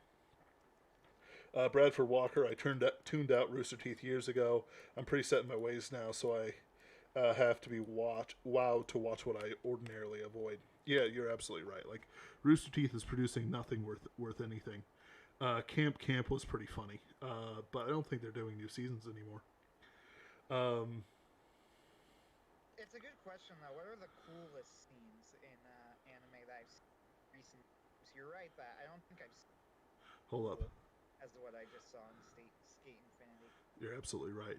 Uh, you're right. So the reason why I'm bringing up all this up, and I'm being very specific with my wording, is because X-Arm does absolutely everything wrong. It is wrong from Okay, the bottom. It is wrong to the top. start your rant while I go and try and find a because this is concerning at this point. Okay. Uh, I was already ranting. I was building up to the rant. You should just let me rant. Anyway, so Take out the headphones so I can hear you. oh, okay. I can hear myself. Put the headphones back in, please. All right. So let's begin. All right. So let's begin the rant. So I watched X-Arm. It is utter trash. It has a cool concept though. I want to be say I was suckered in. 2014. What a unmemorable year. Akira Natsume seems to almost have a phobia of electrical devices, while also being very good at diagnosing them. He resolves to change himself. Oh, wait. This is completely unrelated to anything that happens in the actual first 5 minutes of the show. So I'm just going to ignore it because it's completely unrelated. It is insanely unrelated how much the description is from anything else. So it starts off with a whole bunch of random stuff happening. Mega Buster Chip says Red versus Blue only went for so long because money laundering, in my opinion. Probably cashing those fat Xbox checks. Yes, but also they were a part of Machinima, and I know Machinima wasn't paying good money at all. They were barely paying things going. So, oh wow, we're at 6 people. So I'm going to go back to X-Arm. So there's some random BS. It goes into the opening where you introduced to a whole bunch of characters who don't seem like they matter. It starts out okay. It's got kind of an okay feeling to it, but then, um, by the way, RWBY is actually profitable, or at least it was. I do want to say that it was making money. It makes tons and tons of money. It sells CDs all the time, and its merch stores have like cottage industry devoted to RWBY merch. There's like cottage industries. It's not as bad as Undertale, but it's getting there. Or it was. So it's so bad. I'm actually having trouble getting it down right. So I'm just gonna do something real quick. Like this is how bad it is. Like it wiped itself from my memory because I can tell you that there's some like it's one of those things that it's like oh this is bad. This is making me angry. Um, like it doesn't even match the description. Like nothing that happens in the first bit matches the description, and it's so frustrating. So battle one, forbidden weapon. So it sounds like that, right? And it starts off with like this weird like iconography where everything's going into circles with these black voids. All right, and that happens for about a minute, and it spreads out, and he's like, "Did I do this?" And he's just standing there, CGI looking, just kind of trashy. Like it's too static. It doesn't move or anything like that. There's weird numbers, and he's like half monster and stuff like that. But the thing is that there's no motion to the body. There's no activity. There's no anything to it. And then it cuts to, like, it's too disjointed to do anything about it. Then it cuts to an opening. The music is utterly forgettable. This is when I started noticing how bad the CGI animation is. Alright, I've explained to you why CGI animation is good and how it can be applied under the hands of a master who can give it that next level life. So a lot of it is weird slow motion cuts that you think are slow motion. You're going to think that they're just slow motion cuts, but they're not. They're actually the floatiest CGI animation that I've ever seen in an anime. It is making me angry thinking about it. Then you have a whole bunch of characters who don't look good. All right, they look ugly as sin.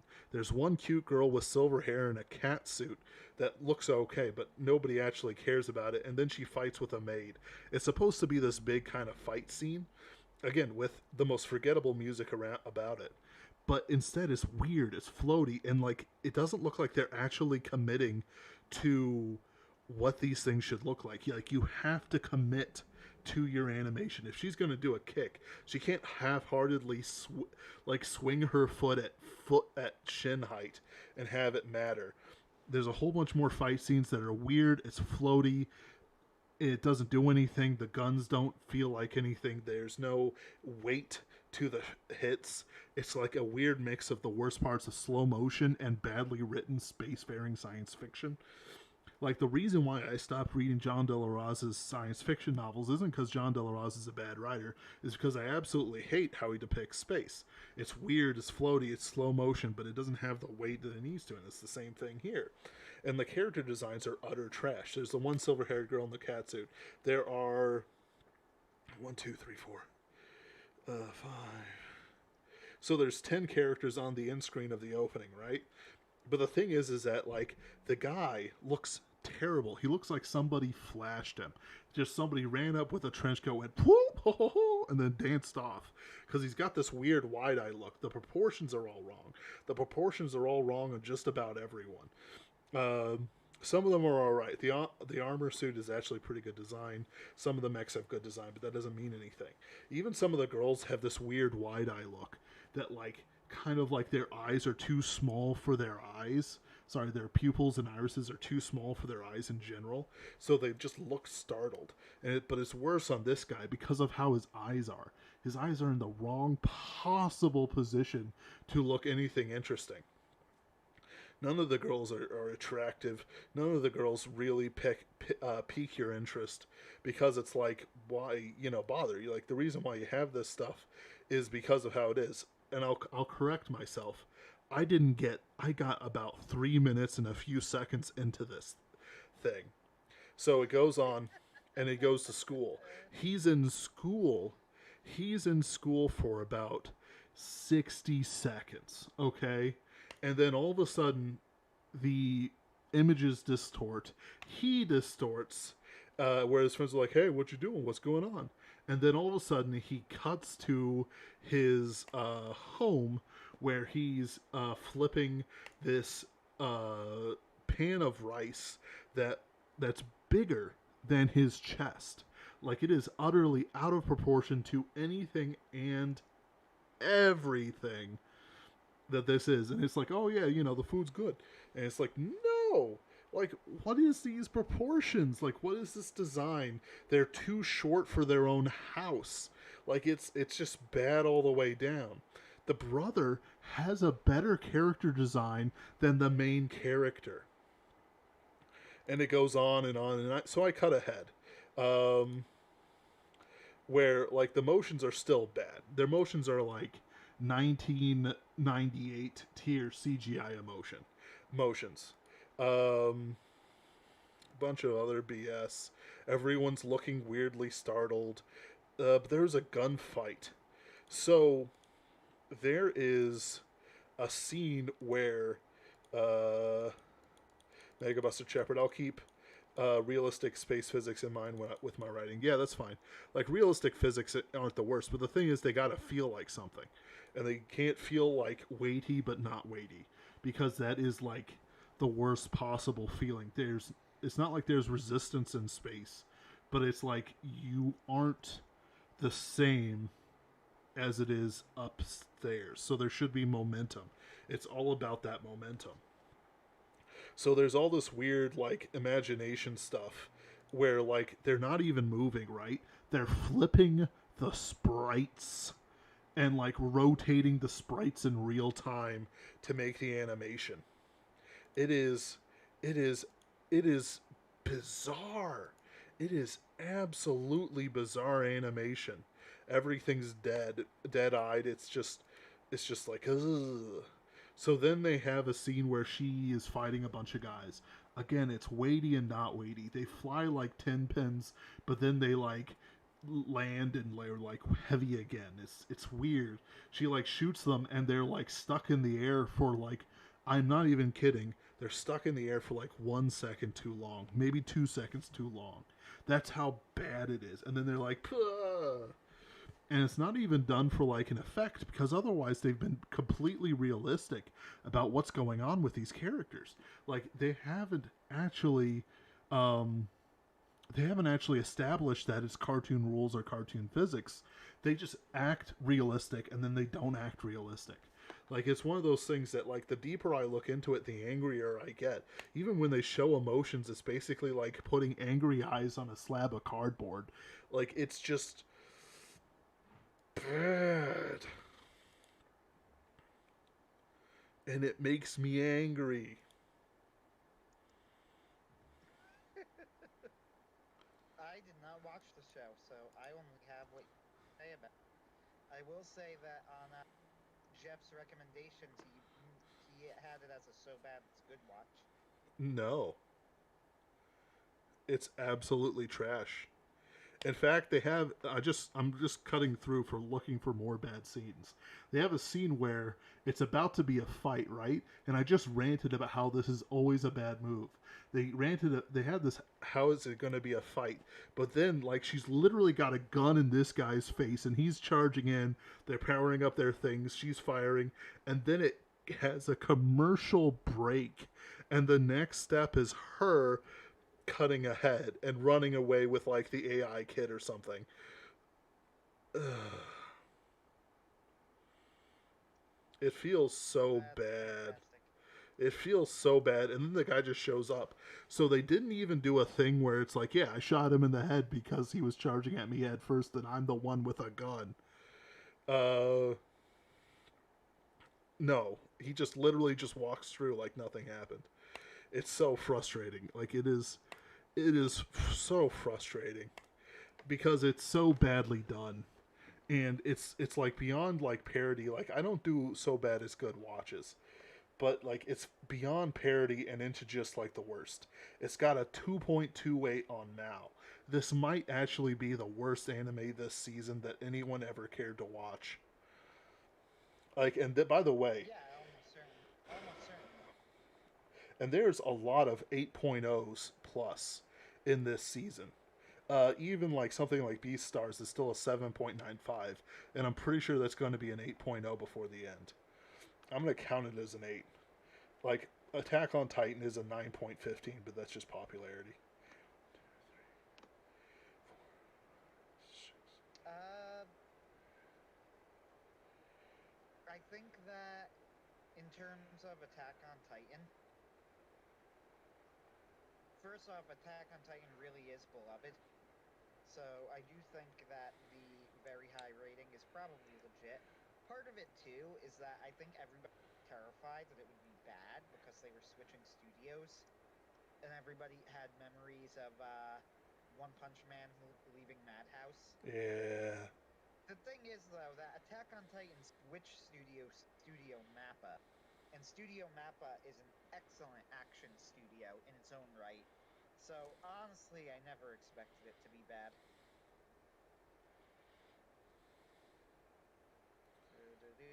I'm just counting how many 8.0s, including like multiple season things that are going on.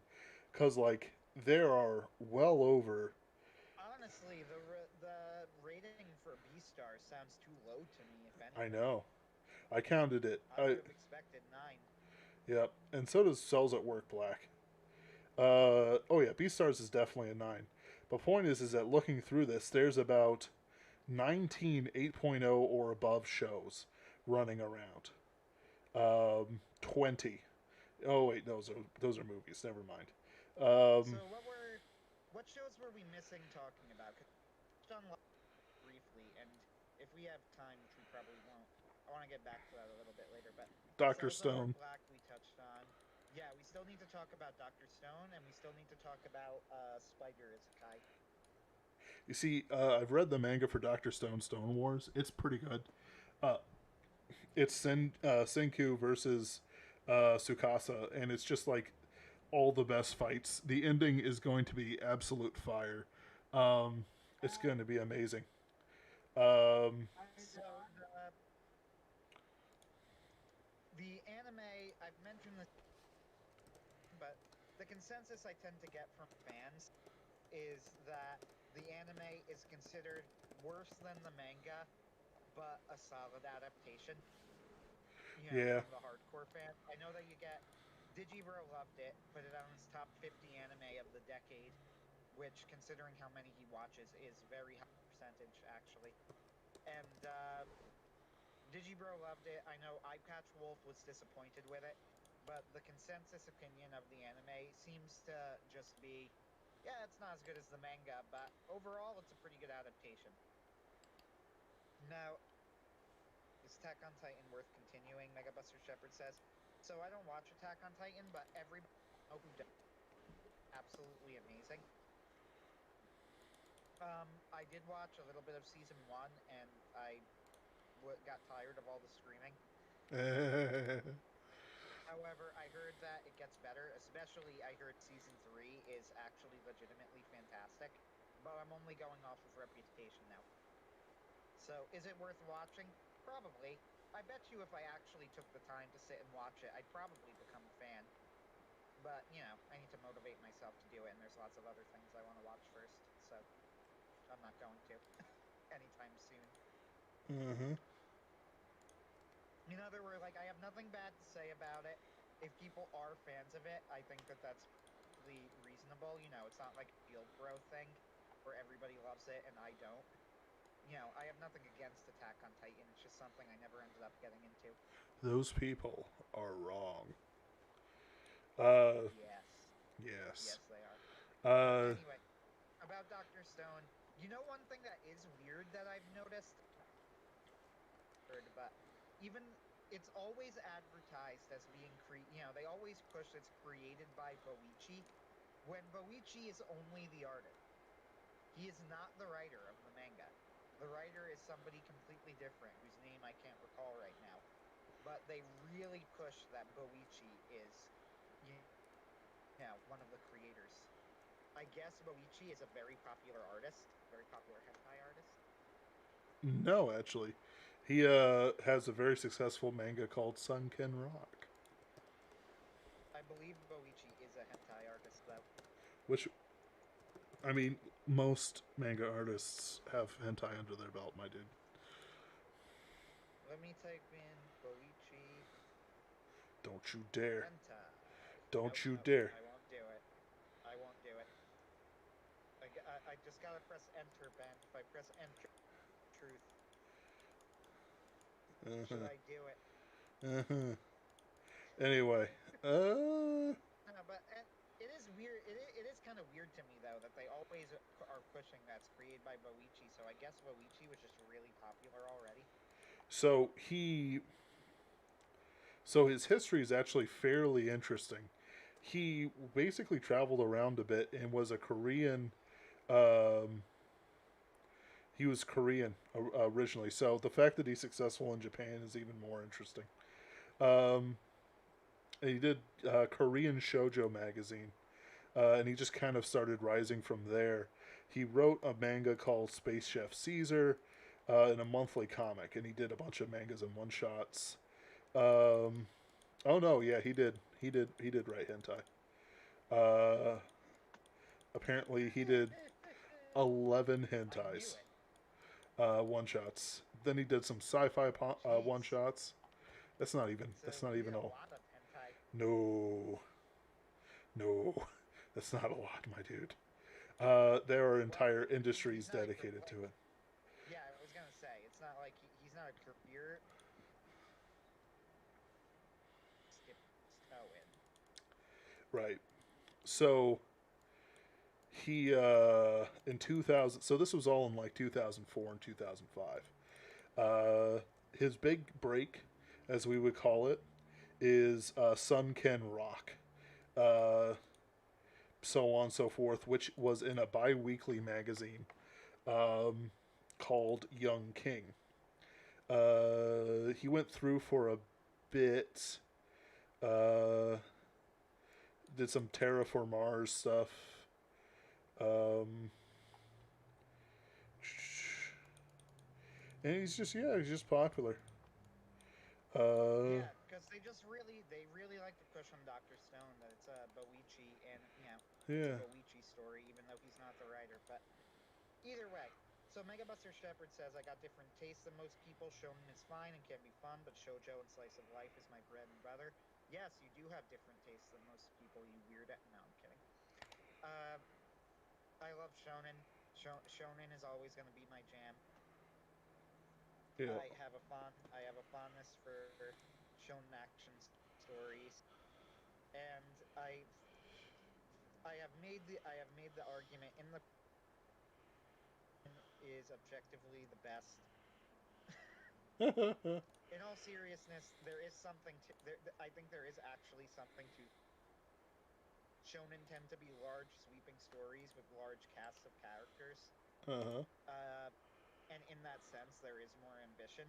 That doesn't mean that the ambition can't be squandered or concentrated or turned into rote formula. However, I think that a great shonen story is always going to be get better than a great slice of life, and I know that that is something that not everybody will agree with and is controversial. But it's in the same way that an epic fantasy versus an top tier character study, a great epic fantasy will be better than a great top tier character study Yeah. type of story. Same, just the same thing, which is why I think if top like full as far as greatest anime ever made, it's going to be hard to top like Full Metal Alchemist Brotherhood, or even my love hate relationship with Hunter x Hunter. Like, I absolutely adore Silver Spoon, but Silver Spoon is a slice of life story. It also has quite a large cast that it's also Hiromu Arakawa that she's juggling, but it just does not have the complexity. She's not juggling as much. It's not as ambitious. So even when it succeeds, it inevitably will never hit the heights of the best shonen stories. Yep. And it's just inherently less interesting to me. Like Hunter x Hunter, I'm sorry, not Hunter x Hunter. Hunter x Hunter is always interested in me, but Full Metal Alchemist has never been quite as interesting as I don't as um sorry, Silver Spoon has never been as interesting to me as Yeah, sorry, I'm keeping on saying the wrong Full Metal words. Alchemist. Full Metal Alchemist has never been as interesting to me as Silver Spoon. I am not Other way interested. around, right? Was that? Silver Yes. Spoon has never been as in. Yeah, other way around. Strike that. Sorry. Reverse it. Reverse it. Reverse. I get Uh, your point, and you're absolutely right. 9 times out of 10, I would not be reading. I wouldn't even have bothered checking out Silver Spoon. But Silver Spoon was made by the creator of Full Metal Alchemist, which immediately makes it, puts it on the radar for me. And it is by far my favorite slice of life. Well, no, I wouldn't say by far. If you count Denu Coil as slice of life, Denu Coil is also up there. But Silver Spoon is probably my favorite non-supernatural or sci-fi slice of life. Mundane slice of life. It is not as interesting to me as Full Metal Alchemist, but it's a testament to how good it is that keeps my interest at all anyway.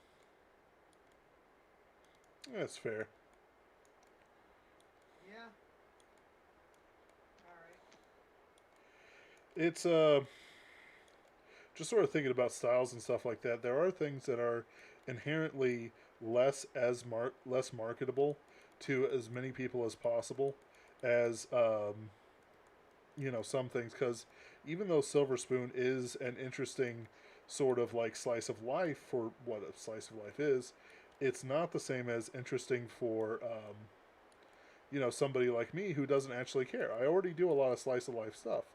I don't Right. need I don't need That's absolutely true. But the thing about Silver Spoon, into it and go down the Silver Spoon in particular, like, is actually incredibly popular. Like, really, really popular. sure. It won. I think it won like the award for best new manga. At least one major award, like right after it came out, and it never really made it big in the States or overseas, but like if you look up covers of the songs, I have found one English cover of the OPE and one English cover of an ED. But I've seen tons of Japanese covers. Like it was a pretty popular show. It got or at least it was a popular manga. I don't know how popular the show was. It got 2 seasons, so it was at least popular enough to get a second season, which is something. But it never did get a dub. It might Yeah, be it might be popular in the sense that um, something appeals to the national character. Like for it could be. I mean, it's about the farming life of Japan, which is a real thing. yep. You don't really see a lot of stories about that. So again, like I absolutely agree with you. 99 times story that I would not pay attention to. I gave it a look because Full Metal Alchemist is, as I am very open about, my absolute favorite. Full Metal Alchemist Brotherhood is my absolute favorite anime. It still has not been matched. There are a few other things I put in the S tier, to use the anime, the Weeb ranking system, but none of them have ever hit the level, I think, of Full Metal Alchemist Brotherhood overall. So anything by Hiromu Arakawa immediately gets a look from me, just to see. And Silver Spoon was much better than I thought it was going to be. I was very pleasantly surprised, and part of it, it's really weird too, because I'll give you an example. So, Shinichiro Watanabe, he's a guy who I like one of his shows, Cowboy Bebop. That's it. That's the only show by Watanabe that I actually like. I don't really like Samurai Champloo, and I've tried it multiple times. Honestly, it's not even the fault of the show. The music style is not for me, so the aesthetic of the show doesn't jive with me. Right. He executes it fine, though. If you like that sort of thing, you'll probably like Samurai Champloo, but I'm never going to get into it. It's kind of like Space anime Dandy, free form jazz or something. I don't know. yeah, and really hip hop. It's hip hop, but that's Samurai Champloo. It's executed fine. It's not my style, though. However, he also had Carol and Tuesday. I thought was extremely disappointing, very generic. Uh, the other one, Space Dandy, people are over the moon. They rave about Space Dandy. They are like, I have heard multiple people say it might be the best anime ever made. Maybe the best looking anime ever made. And I have tried Space Dandy more than once, and I have never liked it. Just don't think it's that great. It's So, in I know a it's lot of tempting people to who love it. say, yeah, I mean, I do too, but it's tempting to say, well, I guess I'm just not a Shinichiro Watanabe fan, but I don't really know how you can say that when one of his shows is Cowboy Bebop, and Cowboy Bebop is entirely deserving of its critical reputation. Yep. Cowboy Bebop is not overrated. It is as good as everybody says it is. So Mm-hmm. to say that I'm not a fan of Shinichiro Watanabe can't really be true, because Cowboy Bebop is one of the greatest shows ever made. But he has another show, and this is what I'm getting at. It's called Kids on the Slope, I think. And I knew this show because I heard the premise, and it sounded coolish to me. It was a slice of life about a kid, and they promised that they were going to do a new jazz song every episode. I said, Mm-hmm. oh man, that actually sounds like that could be kind of cool. I'll watch it. After 2 episodes, I said, this is one of the worst shows I've ever seen in my life, and I stopped watching. So, fast forward like several months, and I was looking up, I think after when Carol and Tuesday came out or something, like the works of Shinichiro Watanabe, and I saw Kids on the Slope, and I was reading it. I was like, wait a minute, this is a Shinichiro Watanabe show, and I'm like, how? Why? Like, how could this be the same man who made Cowboy Bebop? Like, that's not possible, but it was. So, Kids on the Slope is an absolutely awful show. I recommend it to no one. unlike Samurai Champloo, where I would say, or Space Dandy, where I would say were not for me, Kids on the Slope is outright bad. I think that it may God have mercy on the soul of the creators type bad. Huh. I'm just looking at Megabuster Shepherd. I'll explain why I'm not that into Shonen anymore. One Piece, Naruto, and Bleach kind of killed Shonen for me. So to give you an example though of what I mean, they have a scene. The main character is for some bizarre reason, you know, take your own cultural picks as to why this is, but the main character is, as is often the case in Japanese shows, a sad sack. You know, he's a high school student who's a nerdy loser, and he goes to a school and he somehow gets in, you know, he kind of falls for like the student council president girl who is extremely boring, and So, there's nothing to her. She's just nice. And there is a bully, but the bully is not really a bully. He's just kind of a thug who nobody else understands, who's childhood friends with the student council president. And there's a scene in Kids on the Slope. And this scene is our main boy asks student council girl out on a date, only he doesn't actually use the word date.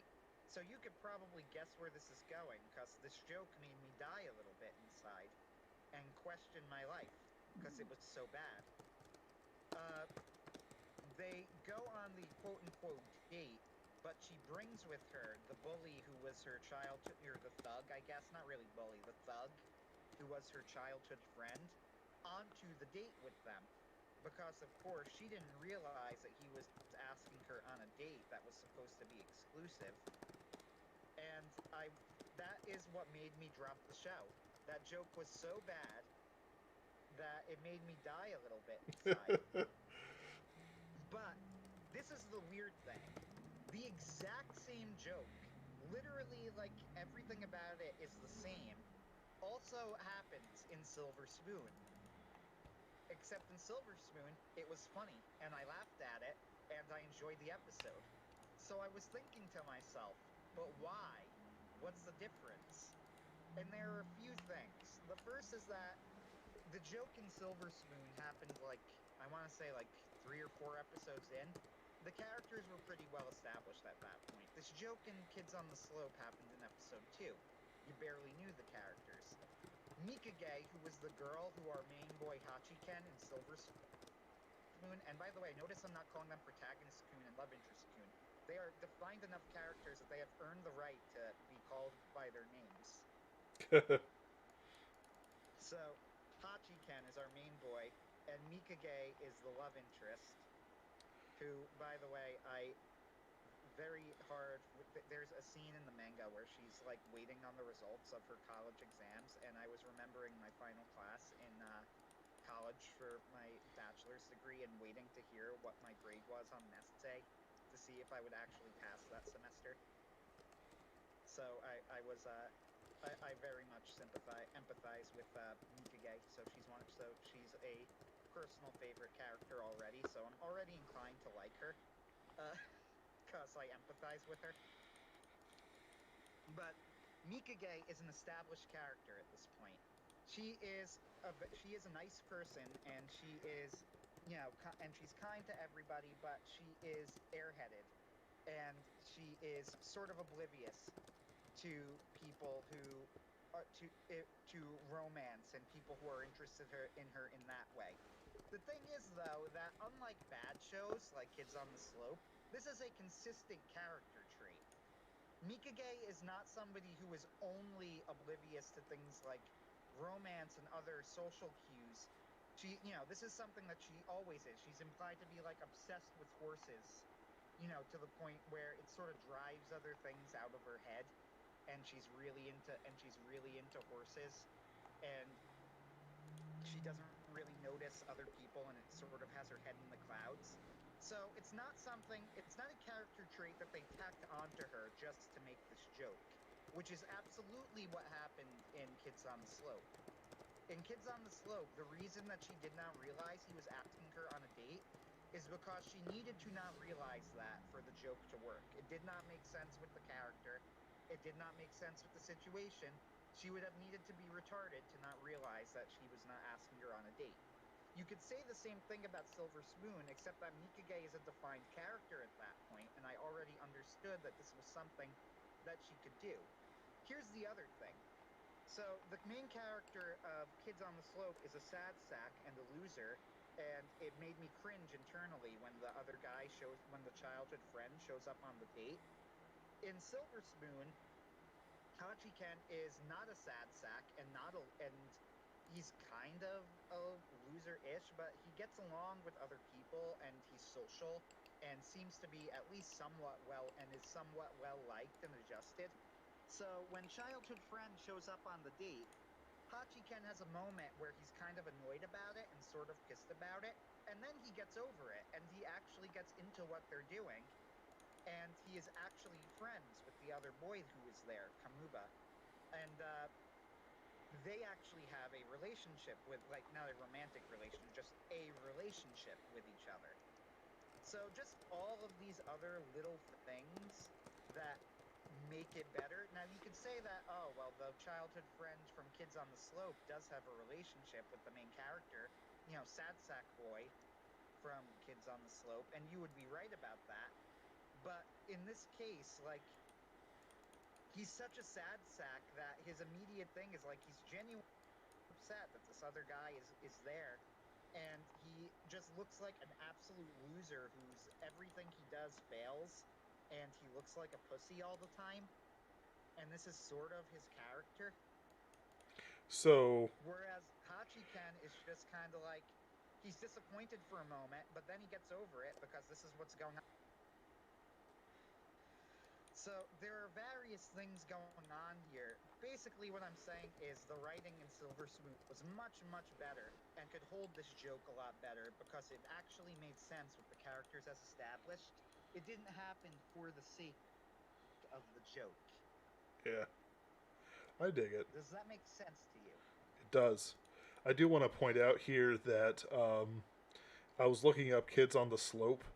Uh, it's like set in 1966 of all things, and like I don't get it because like one of the first things they do is like Sentaru's mother had no choice but to relinquish her son to her brother and then leave town forever to avoid total ostracization because Sentaru's father was white and American.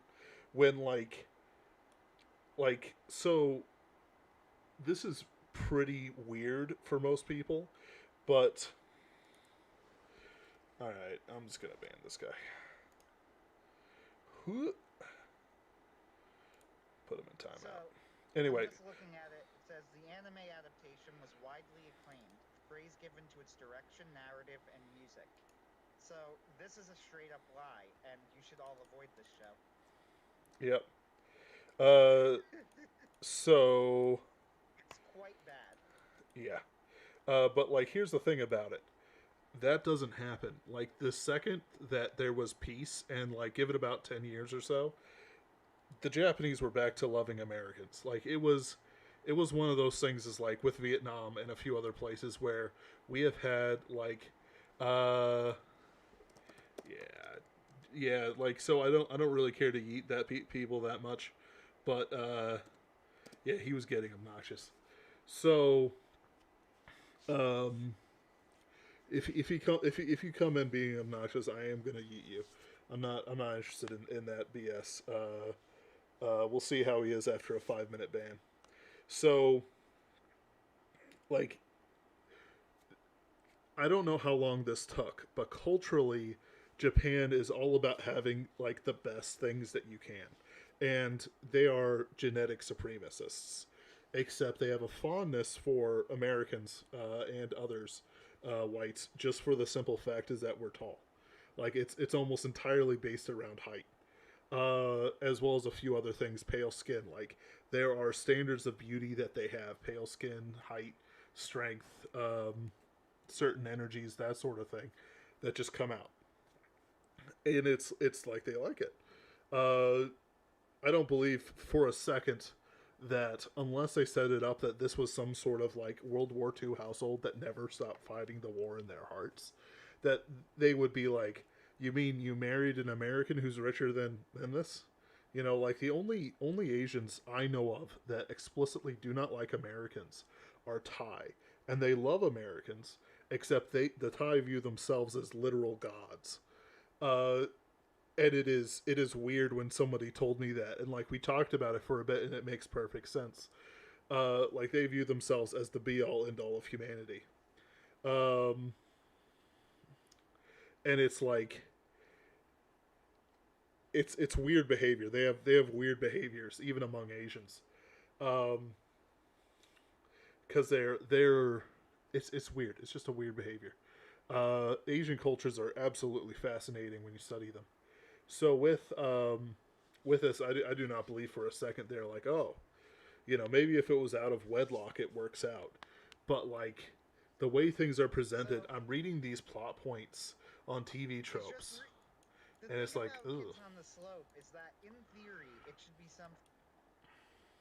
Now I am obviously on the record as my jam is shown in action series, right?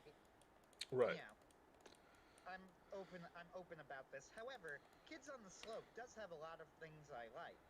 It explores Catholicism in Japan, and I am technically considered Catholic by most doctors. And 9 out of 10 doctors of philosophy. yes, 9 out of 10 doctors of philosophy would consider me Catholic.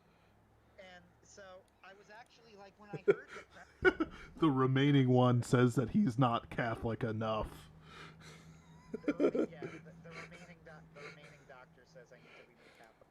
Anyway, uh, so in theory, I should be kind of interested in that. I mean, I love that the exploration of that theme in Trigon. And sure, I'm not normally that into slice of life, but they have a new jazz song each episode, and it's Yoko Kanno music, who is the queen. So I was really looking forward to that. But then it turns out that the new song each episode, it's like less than a minute long sometimes, and they barely spend any time on it, and all great normally. Mm-hmm. So for whatever that's worth.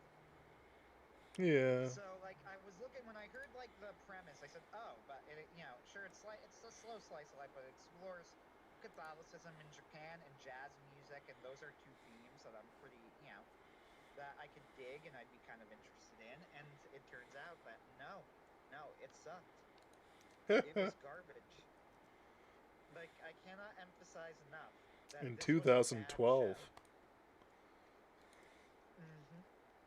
the I had my mind blown when I learned that this was Shinichiro Bay.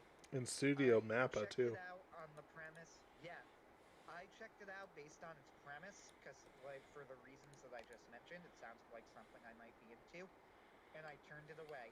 And Watanabe, I didn't really like Macross Plus very much. I was underwhelmed by Space Dandy. Samurai Champloo was not for me. I find Carol and Tuesday to just straight up be not necessarily terrible, but a vast disappointment and a ton of missed potential. Uh, and Kids on the Slope is just terrible. So that's 5 Watanabe shows, none of which I particularly like. It's just that the one show of his that I do like happens to be one of the greatest shows ever made. Is a near flawless masterpiece of a show. So, like, can you say I'm not a Shinichiro Watanabe fan? Well, I mean, I guess not, except for that one show that's actually genius. So, I'm just looking at our chat went out of control. Yeah. So, I'm reading the One Piece manga right now very slowly, forgetting about it and then going back to it and picking it up again. And I'm at the point where they've just met Chopper, Oh yeah. or like they've met Chopper. they met Chopper a few chapters ago, like the whole storyline with the witch and on the island and whatever is there. Yeah, yeah. I think that it did. The manga did pick up when they got to the Grand Line. I would say that the manga did pick up a little bit. According to John C. Wright, the manga is the story. I should say the story because I don't think John reads the manga. He watches the anime. He claims it is an incredibly slow burn, but And no. It is it like in the manga's pace is actually amazingly fast. so it's amazingly fast. But at the same time, I mean, Chopper is in the OP of the Four Kids One Piece, and I don't actually think that the Four Kids anime made it to Chopper, though I could be wrong, It did. because Chopper doesn't show up until a very long time into the story. Now, it's not a very long time into the story by One Piece standards, since One Piece is a 1,000 chapter story, but it's a 1001. long time in, yeah, 1,001 chapter story, but it is a long time by normal human being standards. We're like 90 something chapters in before Chopper shows up for the first time. So, yes, it is very fast paced, but it also isn't at the same time, if that makes sense. Yeah. Uh, I'm enjoying the One Piece manga. I cannot watch the anime. It's a The combination of the fact that the pacing is absolutely glacially slow and the animation is actually kind of garbage. Yep. It's just not that great of an anime. And to be honest, we're being spoiled a little bit because ever since My Hero Academia came out and started, I don't know if they really started, but they're the one that I know that started it, that trend of seasonal shonen adaptations where they could actually put in the time to give it good animation. Yeah. yeah. Well, And One Piece came out in the older era where you would have an episode a week every week no matter what. yep. And when you look at it on the standards of that era of anime, one from my understanding is above average. Oh yeah. So I'm being a little bit unfair. Like I'm holding it to a higher standard, but you know I Wait, don't have the time to waste on it. wait. So Mega Buster Shepherd, you left after Whitebeard's death, possibly the greatest part of the season series almost to date. Like, but that's it's I've always heard Ace's death as the big one. Now keep in mind, like I'm not they're even connected. close to there, but It's I've the been same arc. spoiled. It is. Yeah, it's the same arc. So There you go. so it's like I y- liked One Piece. You have to get used to the art style, but once you do, it really does like kind of grow on you once you get used to the art. I'm low key mad Uh, about this Mega Buster Shepherd. We're still friends though. so I will say, since we brought this up now, and this is the anime episode, and discussing My Hero Academia is a Superversive live stream tradition, along with discussing how great the ending of Stone Ocean is. Pretty great, by the JoJo. way. Pretty amazing. Right? Pretty great, by the way. There was But supposed to be like some sort of announcements about something about JoJo, but nothing ever came about it, and it's like frustrating. no, it's still that's because it's still coming. It was months away. Yeah. It's gonna be in like April that they announce it seriously, and it's going to be a new Rohan Kichibe OVA. I bet you. No. I know those make a lot of money, but oh, I want I don't care more. about them at all. I probably should because honestly they are pretty good, but you know I don't care. Yeah, I've watched them. So They're My pretty good. Hero Academia, by the way, since briefly we were discussing this earlier. My My Hero Academia is just ended its big war arc, which was pretty great, and it just had a single chapter prison break arc. If you want to call it an arc, which I will.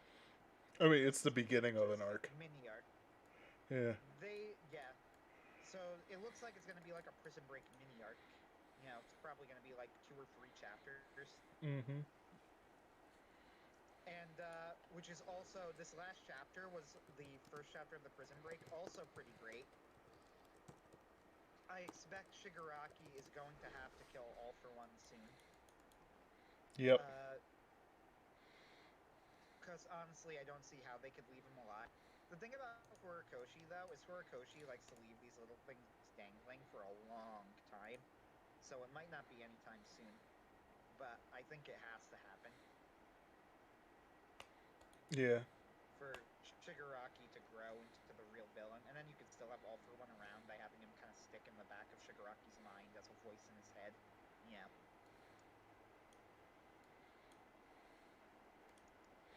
Hmm. But this last chapter was pretty excellent. We see Overhaul is still alive, Stain, Muscular, even of all people, shows up again. Pretty great. Wait, was that Overhaul we saw? Hold Yeah, on. Overhaul was there. Was he the guy with no arms? Yep, that's him. With the girl? I believe so. And Muscular shows up Yeah, muscular. briefly. He never Uh, really made an impression on me compared to others. well, no, he wasn't supposed to. I think the Muscular fight was, honestly, I actually think that in some ways it was a pretty fight, because it was a one-off, almost sort of kind of filler fight in the Mm-hmm. story that Horikoshi connects to the larger narrative in some really clever ways. So the first thing that he does, I wrote a whole article just on this fight for this reason. I actually think it's a really fascinating fight from a from a writing perspective. The first thing he does is, anybody who knows anything about writing fight scenes will tell you that the best fights have to tell story, right? Yeah. If you're telling a fight, you are telling a story through the fight. And My Hero Academia is often, and to be fair, somewhat correctly criticized for having relatively simplistic choreography, but it has mastered the art of telling a story through a fight. So this is something that's really great at. And what it does is it introduces the character in the Muscular fight. They introduce the character of Koda and have the story be the story of Koda, not the story of Deku or the story of Muscular, Mm-hmm. and how Koda has lost his faith in Hero Society. And Deku is the person who restores Koda's faith in Hero Society, and who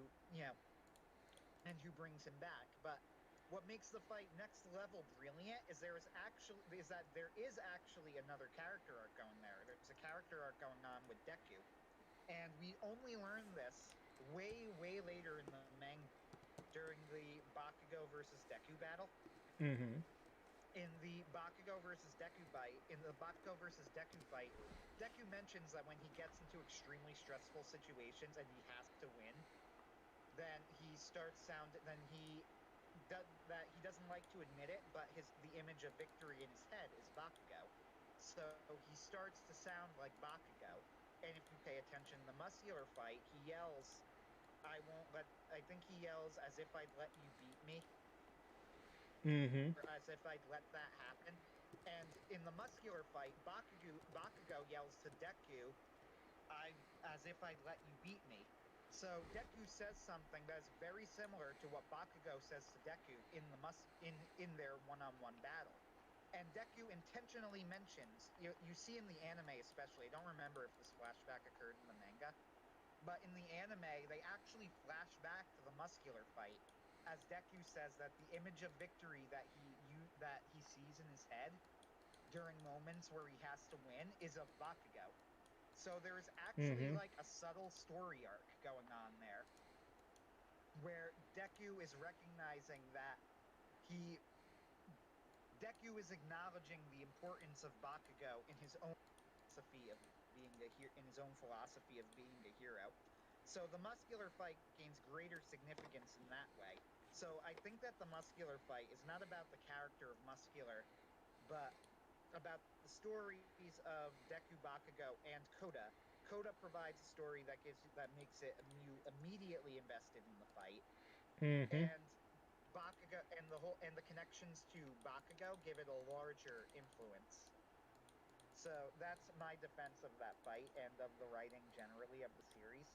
Uh, I'm always very curious with with these series of how much of it is intentional and how much of it is them going back over their own work and making connections after the fact. Either way, it's impressive. Oh yeah. Bakuman implied they actually have, fascinatingly, Bakuman, which for people who weren't listening last week, it's the manga about making manga. Fascinatingly enough, they actually have a scene where they need to set up a plot twist. So they have their assistants, they and their assistants get out all of the past issues of their manga and start digging through it, looking for things that they had set up in earlier installments that they could use to craft a good plot twist in that issue, which I think is pretty fascinating. I've done it. It's great. Uh, So I wonder if that's what My Hero Academia is doing. But at this point in the story, uh, I don't think that My Hero Academia has ever made a significant narrative misstep. They have certainly done things that I would not have done, and there are decisions they've made that I wouldn't have made or I would have done differently. But in terms of the overall thrust of the narrative, I think it has stayed on point. yep. Everything so far, everything we've talked about that's been good or at least worth seeing has been on point. Like they've gotten it all together. Like there's a good theme with these shows that, barring the sequel shows, but even then the sequel shows do it. The new shows coming out like Skate the Infinity and Cells at Work Black are actually doing it exactly as they need to do it. Um, Oh, wait. We need to talk about Spider Isekai. Quick. It's pretty good. I thought it was fine. If you like Isekai, give it a shot. All right, I'm done. yeah, I haven't seen it yet, but it looks good. I like the plot It's ideas. funny. It doesn't feel like some sort of edgy guy trying to get back at the girls who wouldn't date him. So Because it's a girl. it's pretty funny because the plot of it, of course, it's not just gets reincarnated as a spider, but it's actually more than that. Her entire class literally explodes, and I wonder if we ever get an explanation. I actually even hear if it did, because like we just see an explosion and everybody dies, Right. which is kind of funny. It's But the Joker. the This is entire Gotham class City. is reincarnated, and everybody else in the class is reincarnated as children of like rich nobles and shit. And she's reincarnated as a spider, and that's actually pretty funny. It's also immediately better than even though they gloss over this within 30 seconds. She actually acknowledges, "Oh my god, I'm trapped as a spider in another world," and that is literally already more entire run of the show so far. I got a feeling that it's going to be a slightly better slime isekai because it doesn't look like it looks like the characters are much more willing. The author is uh it looks like the author is more willing to actually do things with the character other than in So slime in my isekai and others. yeah, the problem with that I had with Slime Isekai is that Slime Isekai ended up just being another, another power fantasy. Like he literally gets a human body at one point. So he's effectively not a slime at this point in the story, and he's unbelievably powerful, and everybody loves him, and everything's going great. And I don't think that that happens in Spider Isekai. Like, she remains a spider, and she becomes a pretty powerful spider, but she's still a spider. And the other people are still the sons of rich nobles. It looks to me more like a comedy take on Shield Hero with a less bitter protagonist. Wow. It And just having a that could not be pretty fun. right, just not having a And bitter that's protagonist, it's amazing. yeah, right. We mentioned Doctor Stone season 2, then got distracted before we actually talked about it, talking about Boichi. Uh, quick point, episode 1, pretty good. If you like season 1, season 2 looks like it's going to keep it up. Yeah. That's all I really have to say about Focus. We've talked about Dr. Stone in the past. It didn't bring anything new to the table that Dr. Stone hadn't done in the past, but also, the quality was there. It didn't disappoint. It gave me what I wanted to see. Log Horizon 2, same thing. I almost feel bad talking so little about Log. The thing is, the appeal of Log Horizon is the political intrigue, the realistic portrayal of what the sorts of people who would be the movers and shakers of this world would actually be like, and exploration of society, of how people manipulate these in-game mechanics in interesting and complicated ways. And season 3 looks like it's gonna have all of that. It did not disappoint. Everything that I was hoping to see. Shiro trying to figure out how to make it back to Earth, realizing that the only way that they could actually make any progress is that somebody would not only need to make it to Earth, they would need to make it to Earth, then come back to the Log Horizon world to prove that it was safe. That the round table looks like it's going to be breaking apart because a guild who they have rejected is now going to enter into a political alliance with the princess who is a member of one of the people of the land. All sorts of great stuff. Exactly what you come to Log Horizon for. It's all there. It did not disappoint. It was what I wanted it to be. If you like Log Horizon, you like the show. If you found Log Horizon boring, then which I can admittedly sort of understand, since it's not really an action show, then it's still not an action show, and you'll still find it boring. But I thought it was really good. So watch Log Horizon.